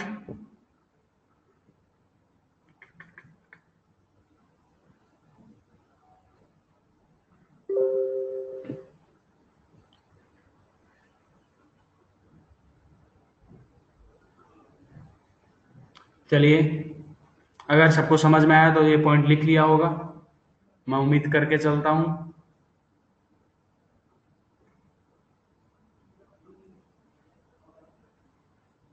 चलिए, तो हमने बात की कैटायंस की रेडियस, हमने आयनिक रेडियस की बात कर रहे थे। आयन्स दो तरह के होते हैं, एक तुम्हारे पॉजिटिवली चार्ज, एक नेगेटिवली चार्ज।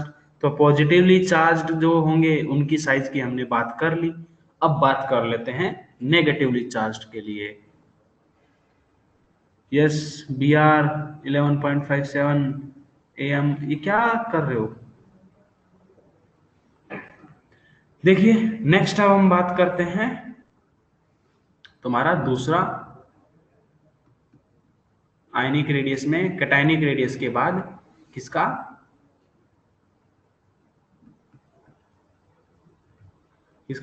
तुम्हारे पास anionic radius.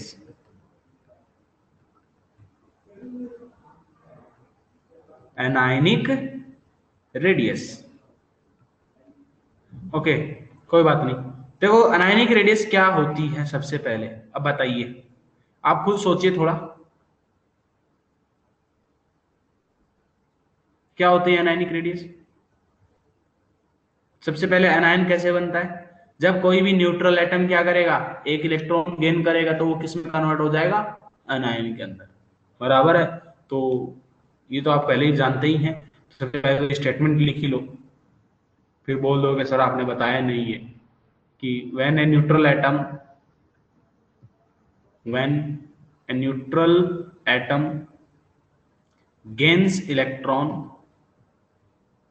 it converts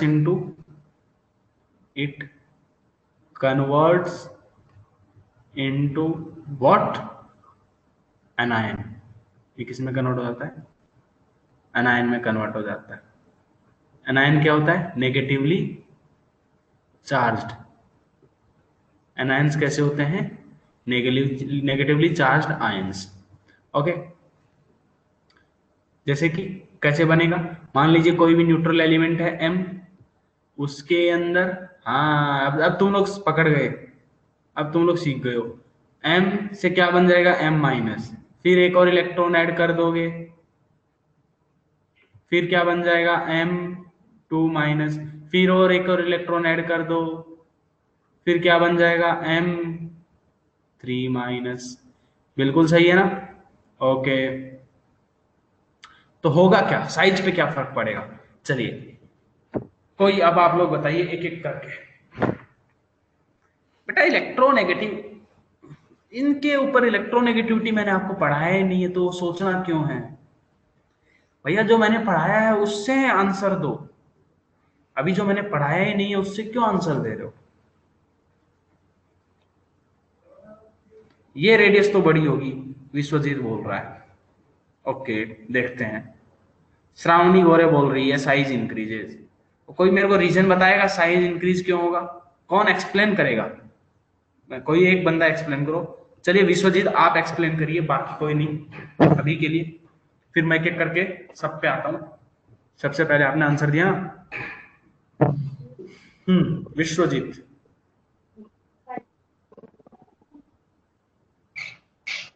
sir Z effective increase होगा डिक्रीज होगा ना? कैसे? सर इलेक्ट्रॉन बढ़ेगा तो रिपल्सिव फोर्सेस ज्यादा होंगे ना?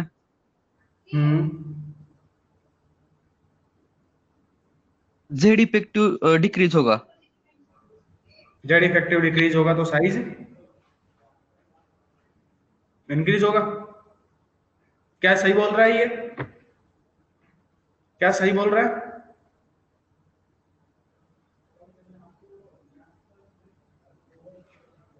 क्या जो विश्वजीत ने जो बोला सही बोला? कितने लोग एग्री करते हैं? कितने लोग एग्री करते हैं?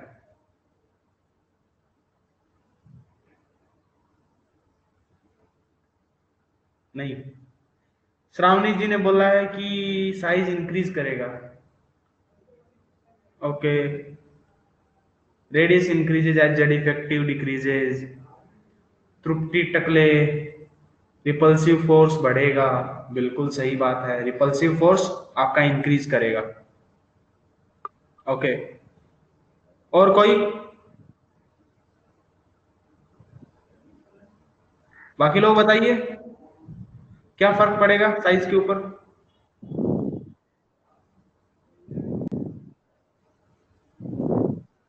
कोई नहीं बता रहा। Radius increases. ओके, तो मोस्ट ऑफ द लोग यही बोल रहे हैं कि साइज जो है, अगर हम एनायन बनाते हैं किसी भी न्यूट्रल गैसियस एटम से, अगर हम इलेक्ट्रॉन ऐड करेंगे तो साइज क्या करेगा? इंक्रीज करेगा। सबका यही बोलना है। अब देखिए होगा क्या, देखना ध्यान से। मान लीजिए मैंने देखो क्या किया, एक अच्छा इसी के ऊपर देखो। जैसे मान लीजिए अब क्या हुआ, कुछ लोगों को अगर कुछ लोगों को तो समझ में आया, कुछ लोगों को नहीं आया, तो जिनको नहीं आया वो ध्यान से सुनो। जैसे मान लीजिए मेरे पास ये एटम था, उसके अंदर ये मान लीजिए दो सेल थे, यहाँ पर इलेक्ट्रॉन्स प्रेजेंट थे, एक इलेक्ट्रॉन यहाँ पे, एक इलेक्ट्रॉन ये, और एक इलेक्ट्रॉन ये, एंड एक इलेक्ट्रॉन ये। ठीक, 4 इलेक्ट्रॉन्स थे। बिल्कुल सही है विश्वजीत, सही है।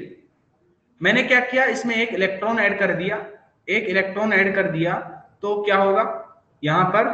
हो सकता है वो इलेक्ट्रॉन या तो सेम सेल में जाए, ये भी हो सकता है ना कि इलेक्ट्रॉन या तो सेम सेल के अंदर जाए या नंबर ऑफ सेल क्या कर जाए, इंक्रीज कर जाए। पॉसिबल है कि नहीं? हो सकता है कि इलेक्ट्रॉन जैसे कि सेकंड सेल में जाए, और हो सकता है इलेक्ट्रॉन मैंने एक और ऐड कर दिया, ये 5th सेल। अब मैं अगर इस इलेक्ट्रॉन को पहले से पकड़ के चलूं, तो अभी पहले इस इलेक्ट्रॉन का न्यूक्लियस के साथ अट्रैक्शन हो रहा था, ठीक है, लेकिन इसके ऊपर कितने इलेक्ट्रॉन्स रिपल्सन लगा रहे थे? 1 2 3 4 5, बराबर है। 5 इलेक्ट्रॉन्स थे जो इस इलेक्ट्रॉन के ऊपर रिपल्सिव फोर्स को एग्जीक्यूट कर रहे थे, बराबर है। 5 इलेक्ट्रॉन्स रिपल्सिव फोर्स लगा रहे थे। अभी इस इलेक्ट्रॉन के ऊपर कितने इलेक्ट्रॉन्स रिपल्सिव फोर्स लगा रहे हैं? 1 2 3 4 5 6, 6 इलेक्ट्रॉन्स हैं जो अब रिपल्सन लगा रहे हैं। रिपल्सन इंक्रीज कर गया, मतलब आप में अगर देखोगे जेड इफेक्टिव जो होता है वो क्या होता है? वो होता है जेड माइनस सिग्मा। जेड का वैल्यू तो सेम है, जेड तो एटॉमिक नंबर है, बराबर है कि नहीं? आपने इलेक्ट्रॉन एक्स्ट्रा ऐड कर दिया, इलेक्ट्रॉन के ऐड करने से क्या हुआ? सिग्मा का वैल्यू इंक्रीज कर गया। क्या? सिग्मा का वैल्यू इंक्रीज कर गया, बराबर है कि नहीं? सिग्मा का वैल्यू इंक्रीज कर गया तो जेड इफेक्टिव क्या कर जाएगा? डिक्रीज कर जाएगा। जेड इफेक्टिव डिक्रीज हुआ, इसका मतलब क्या है कि जो इलेक्ट्रॉन है उसका न्यूक्लियस के साथ अट्रैक्शन कम हो गया। समझ में आया कि नहीं? क्या जो इलेक्ट्रॉन है उसका न्यूक्लियस के साथ अट्रैक्शन कम हो गया। अगर न्यूक्लियस के साथ अट्रैक्शन कम हो गया तो साइज इंक्रीज करेगा, ना कि डिक्रीज। तो सबको ये रीजन समझ में आया कि अगर हम किसी भी न्यूट्रल गैसियस एटम के अंदर अगर हम इलेक्ट्रॉन को ऐड करते हैं तो साइज क्या करेगा, इंक्रीज करेगा, बराबर है। क्यों इंक्रीज करेगा, क्योंकि जेड इफेक्टिव डिक्रीज करेगा, बराबर है। क्यों, क्योंकि जेड इफेक्टिव डिक्रीज करेगा। इसलिए मैंने बोला था कि जेड इफेक्टिव जो है वो बहुत इंपॉर्टेंट है। मैं बार बार फिर बस सीधा जेड इफेक्टिव बोलूंगा। ओके, तो देखिए, तो पहले ये डायग्राम वगैरह जो भी लिखना है लिखो फटाफट, उसके बाद हम स्टेटमेंट लिखते हैं।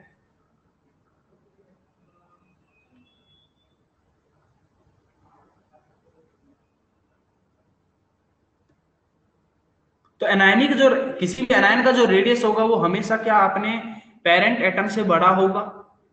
क्या मैं ये बोल सकता हूं, किसी भी एनायन का रेडियस हमेशा अपने पेरेंट एटम से बड़ा होगा, बराबर है कि नहीं। और जैसे कि अभी हमने कैटायन के केस में देखा, मैग्नीशियम वाले केस में, कि इलेक्ट्रॉन को निकालते हैं तो हो सकता है वैलेंस सेल चेंज हो जाए। भैया जब इलेक्ट्रॉन को निकालेंगे तो क्या होगा, वैलेंस सेल कम होगी, बराबर है कि नहीं। अगर आप इलेक्ट्रॉन को ऐड कर दोगे तो हो सकता है ना वैलेंस सेल क्या कर जाए, एक ऐसा पॉसिबिलिटी बन सकता है कि वैलेंस सेल क्या कर जाए, इंक्रीज कर जाए। नई सेल ऐड हो जाए जिसमें इलेक्ट्रॉन चला जाए तो साइज क्या कर जाएगा, इंक्रीज कर जाएगा। एक ही ऐसे भी सोच सकते हैं, ठीक है। तो चलिए फटाफट, आई होप नोट कर लिया होगा सबने। तो अब लिखो सबसे पहले तो एनायनिक रेडियस या फिर radius of anion, radius of anion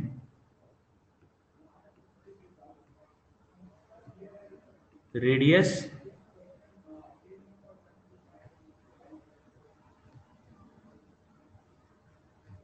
of anion is always greater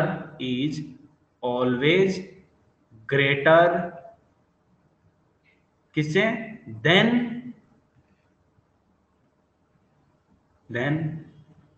radius of their parent atom.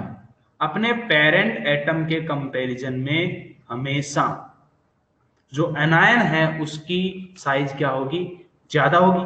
क्यों होगी, बिकॉज, रीजन लिख लो, because in an anion, because in an anion electrons are more, electrons क्या हो गए आपके, प्रोटॉन्स से ज्यादा हो गए, बराबर है कि नहीं। Electrons are more than protons and inter electronic repulsion, repulsion क्या कर जाएगा आपका, इंक्रीज कर जाएगा, which also increases screening effect, जिसकी वजह से क्या होगा, आपका स्क्रीनिंग इफेक्ट जो स्क्रीनिंग कांस्टेंट है उसका वैल्यू इंक्रीज कर जाएगा, which also increases screening effect. So Z effective क्या करेगा, डिक्रीजेस, ठीक। अब जैसे कि देखो मैं आपसे, तो एनायन का जो साइज है,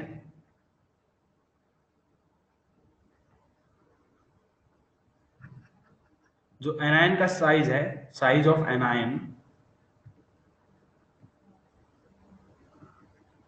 वो भी क्या है आपका, इनवर्सली प्रोपोर्शनल। चलो इसको तो लिखने की जरूरत नहीं है, ये तो आपको समझ में आ गया, उससे फालतू में लिखने की कॉपी भरने की जरूरत नहीं है, ठीक। जैसे मैं आपको कुछ एग्जांपल्स दूं, कंपेयर करना है आपको साइज, तो ये नोट कर लिया सबने।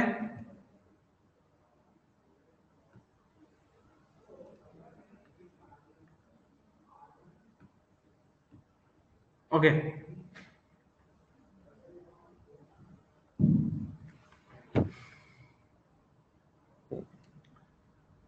जैसे देखिए, मान लीजिए मेरे को फ्लोरीन एंड F माइनस इन दोनों का साइज कंपेयर करना है, F एंड F माइनस का साइज कंपेयर करना है, इसका F का और F माइनस का साइज कंपेयर करना है। मेरे को ऑक्सीजन -1, ऑक्सीजन -2 इनका साइज कंपेयर करना है, ठीक है। मेरे को क्लोरीन माइनस का साइज कंपेयर करना है, मेरे को नाइट्रोजन 3 माइनस का साइज कंपेयर करना है, ठीक है। तो बताइए इनके साइज का ऑर्डर।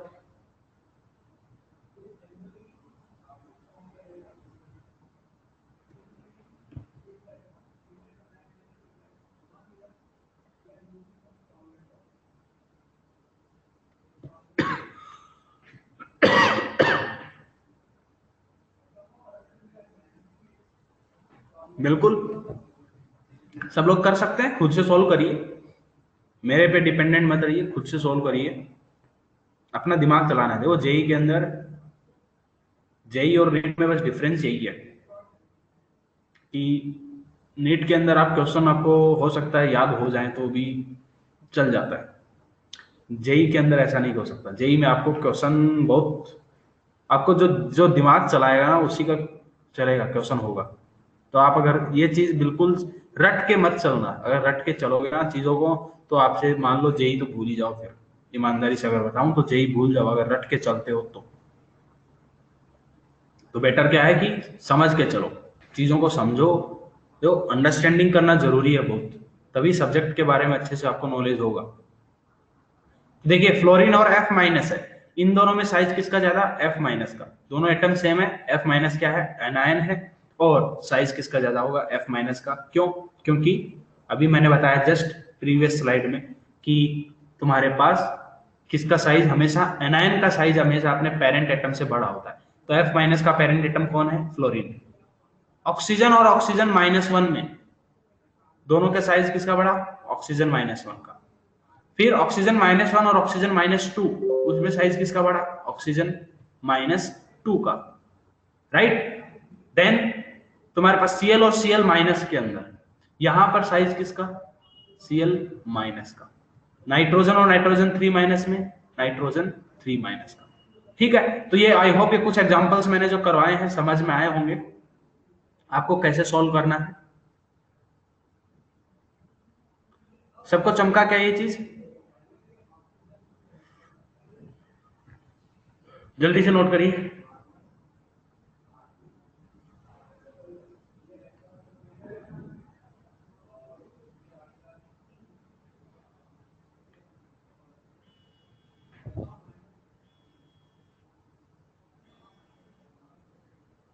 ओके गुड, तो काफी लोगों ने नोट भी कर लिया। चलिए देखिए अब नेक्स्ट हम बात करते हैं इसी में आयनिक रेडियस के अंदर ही जो सी टाइप का हमारे पास जो रेडियस थर्ड टाइप का जो आता है वो आता है size of isoelectronic species. Next क्या? Size of isoelectronic species. तो सबसे पहले तो ये बताइए मेरे को आइसो इलेक्ट्रॉनिक स्पीसीज क्या होती हैं?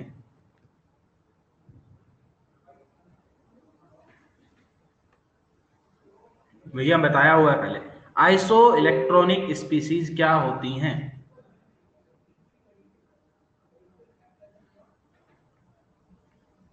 What are isoelectronic species?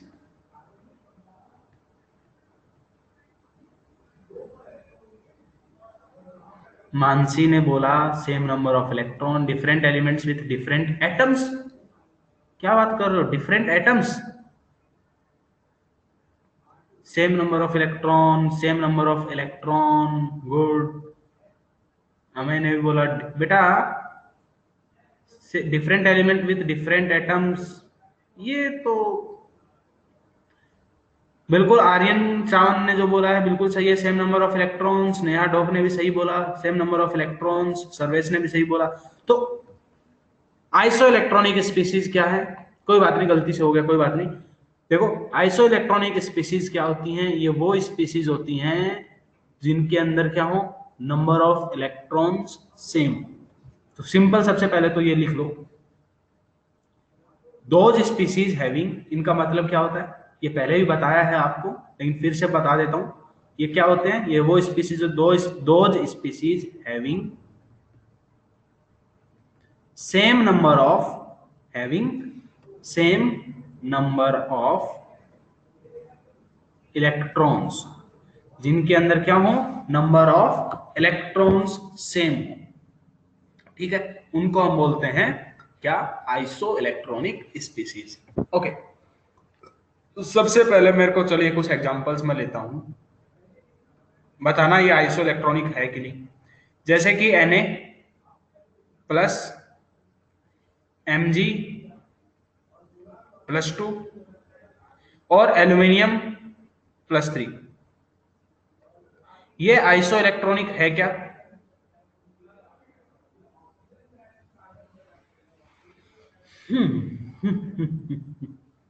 क्या ये आइसो इलेक्ट्रॉनिक है?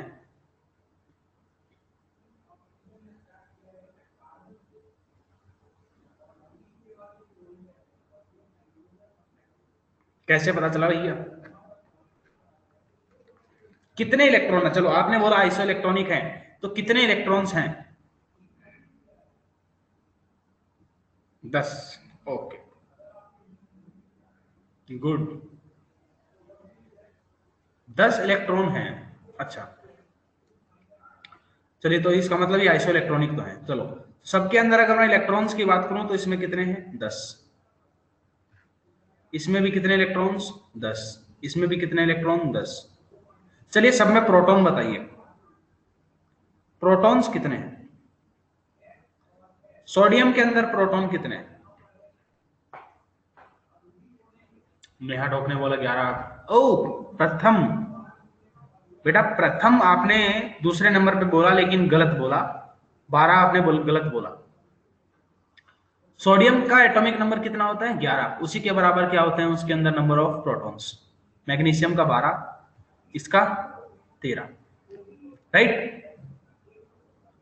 चलिए, अब हम बात कर रहे हैं, ये तो आपको आइसो इलेक्ट्रॉनिक स्पीसीज तो पहचानना आपको आ गया होगा, अभी तक मैं उम्मीद करके चल रहा हूं। जैसे देखो, चलिए अब ये बताइए, इनकी तीनों की साइज कंपेयर करिए।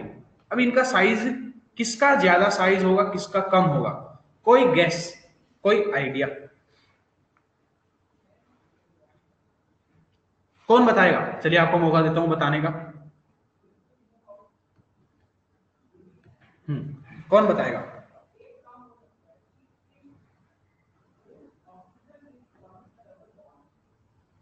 कौन बताना चाहेगा कि किसका साइज बड़ा होगा यहां पर? एने का।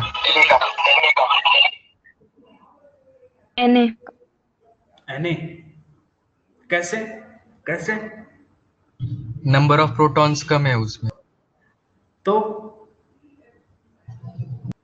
कम अट्रैक्शन फोर्स लगेगा। कम कम अट्रैक्ट होगा ना सर। बिल्कुल सही, सही पकड़े। क्या है कि देखो, मान लीजिए ये आपका न्यूक्लियस, ये 10 इलेक्ट्रॉन है, ये क्या है आपके 10 इलेक्ट्रॉन है।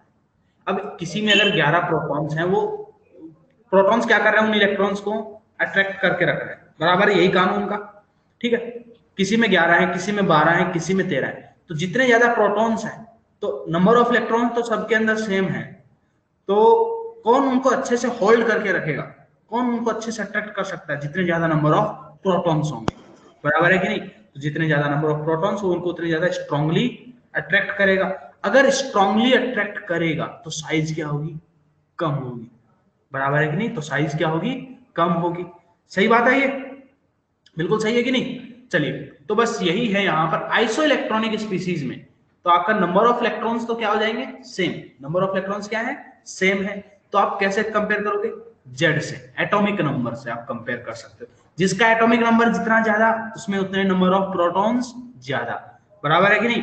और उतने नंबर ऑफ प्रोटॉन्स हैं, मतलब उतना ज्यादा अट्रैक्शन फोर्स आपको देखने को मिलेगा, और उतना ज्यादा अट्रैक्शन फोर्स देखने को मिलेगा, तो साइज उतनी कम होगी। क्या ये चीज समझ में आई?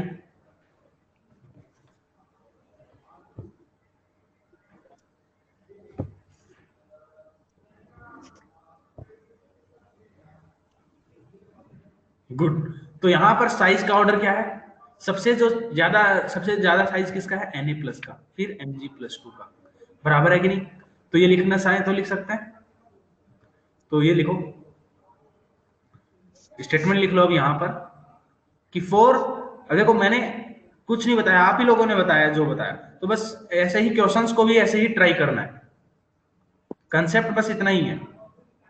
फॉर आइसो इलेक्ट्रॉनिक, सब चीजें आपस में एक दूसरे से इंटरकनेक्टेड है क्या? For iso electronic species the atomic radius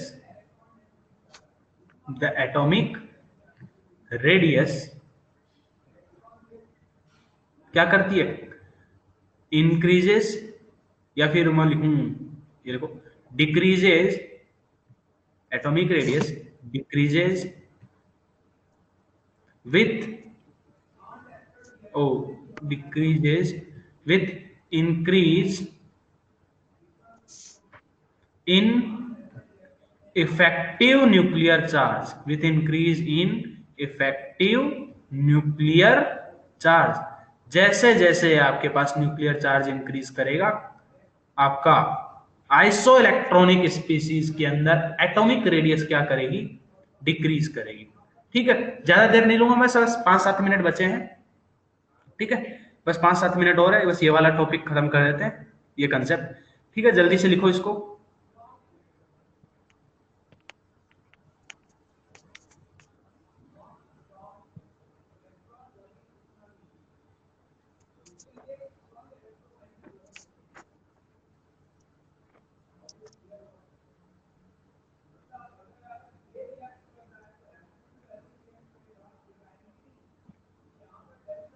noted, काफी बच्चे नोट कर रहे हैं अभी, चलो जल्दी से नोट करो।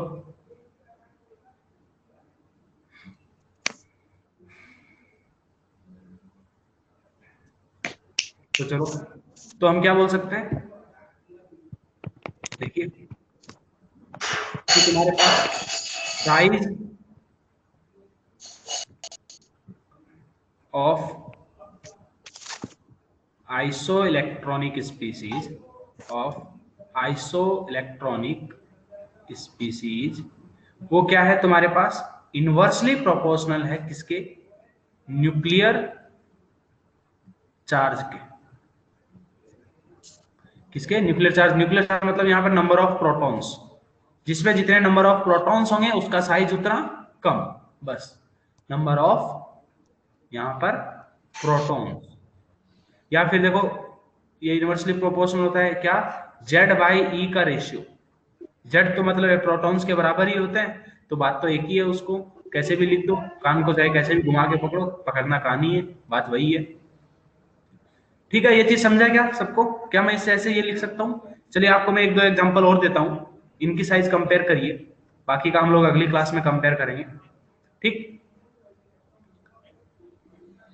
जैसे कि मान लीजिए मैंने आपको दे दिया नाइट्रोजन 3-, देन मैंने आपको दे दिया ऑक्सीजन 2-, देन मान लीजिए मैंने आपको दे दिया F-, देन मान लीजिए, चलिए पहले इन तीनों को कंपेयर करो, देन चलिए सल्फर 2-, फॉस्फोरस 3- एंड Cl-। इन दोनों को कंपेयर करो, उसके बाद हम लोग क्लास एंड करते हैं। बाकी के इसके ऊपर जो बेस्ट एग्जांपल्स हैं उनको हम लोग फुल डिटेल में अगली क्लास में करेंगे। तो जिसके लिए ये भी देख सकते हो कि जिसमें नंबर ऑफ प्रोटॉन, जिसका एटॉमिक नंबर जितना ज्यादा होगा, आइसो इलेक्ट्रॉनिक के केस में साइज उतनी कम होगी। या फिर आप ये Z/E रेशियो चेक कर लो। तो सर्वेश जी ने बोला कि नाइट्रोजन का साइज, देन ऑक्सीजन का, देन फ्लोरीन का। सबसे पहले तो ये बताओ कि क्या ये आइसो इलेक्ट्रॉनिक है? पता चला आइसो इलेक्ट्रॉनिक है ही नहीं। मैंने बीच में अगर आपको गलती से बेवकूफ बना दिया, मैंने लिख दिया कि आइसो इलेक्ट्रॉनिक नहीं, ऐसे स्पीसीज लिख दी कि आइसो इलेक्ट्रॉनिक ना हो, तो आप तो पता चला कि आइसो इलेक्ट्रॉनिक टॉपिक पढ़ रहे हो और मैंने आइसो इलेक्ट्रॉनिक ही नहीं लिखा। ऐसे में बेवकूफ मत बन जाना, आंख कान नाक सब खुले रखो। ठीक, तो तुम्हारे पास तीनों में साइज किसका बड़ा? देखो यहां पर भी नंबर ऑफ इलेक्ट्रॉन्स तीनों केस में कितने 7 + 3 10 इलेक्ट्रॉन्स, ऑक्सीजन में 8 + 2 10 इलेक्ट्रॉन्स, फ्लोरीन में 9 + 1 इज 10 इलेक्ट्रॉन्स। यहां पर जेड की बात करें, जेड का वैल्यू इसके लिए 7, इसके लिए 8, इसके लिए 9। बताइए जेड बाय ई रेशियो सबसे कम किसके लिए है? नाइट्रोजन के लिए 7/10। तुम्हारे पास जेड बाई ई रेशियो सबसे कम किसके लिए है? नाइट्रोजन के लिए। या फिर मैं ये बोलूं कि सबसे कम एटॉमिक नंबर किसका है? तुम्हारे पास नाइट्रोजन का। या फिर सबसे कम प्रोटॉन किसमें है? नाइट्रोजन में। उसका साइज क्या? सबसे बड़ा। तो यहाँ पर साइज का ऑर्डर क्या होगा? नाइट्रोजन 3- का साइज सबसे बड़ा, than oxygen 2-, than fluorine minus. ठीक, सेम टू सेम केस आपको कंपेयर करना है किसके लिए? Phosphorus 3-, sulphur 2-, chlorine minus. करिए।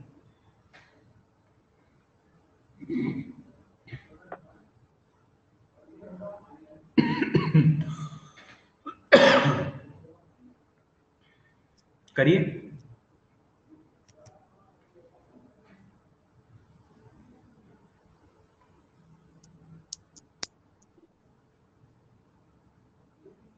किया क्या सबने?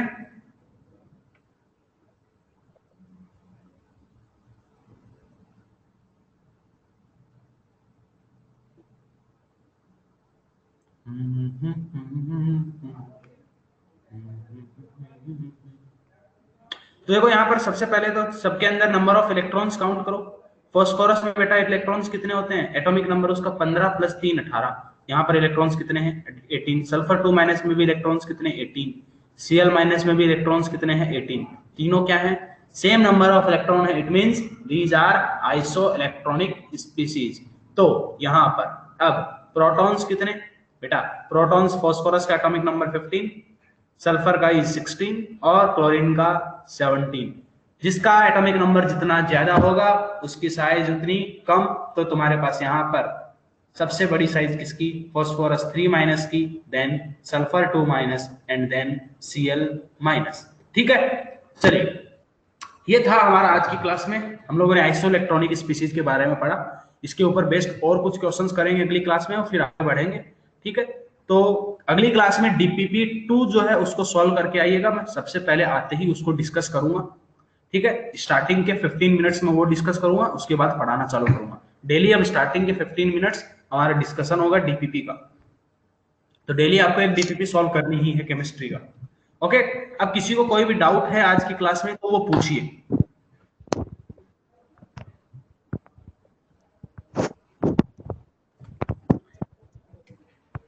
तृप्ति टकले, अच्छा सर केमिस्ट्री के 2 ग्रुप्स में ज्वाइन होना है? नहीं नहीं, एक ही ग्रुप में रहो।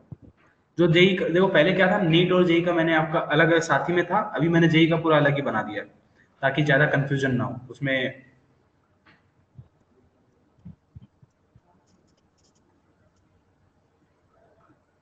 ओके बेटा, साक्षी टकले तुम्हारी बहन है क्या?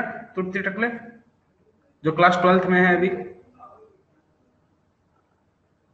नहीं, अच्छा नहीं, एक क्लास 12th में भी है एक साक्षी टकले।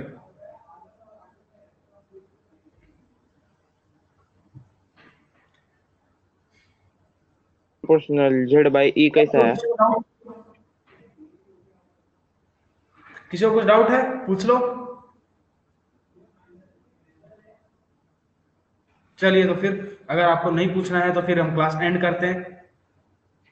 10 9 8 7 6 5 4 3 2 1। हाँ, लेक्चर रिकॉर्डेड है।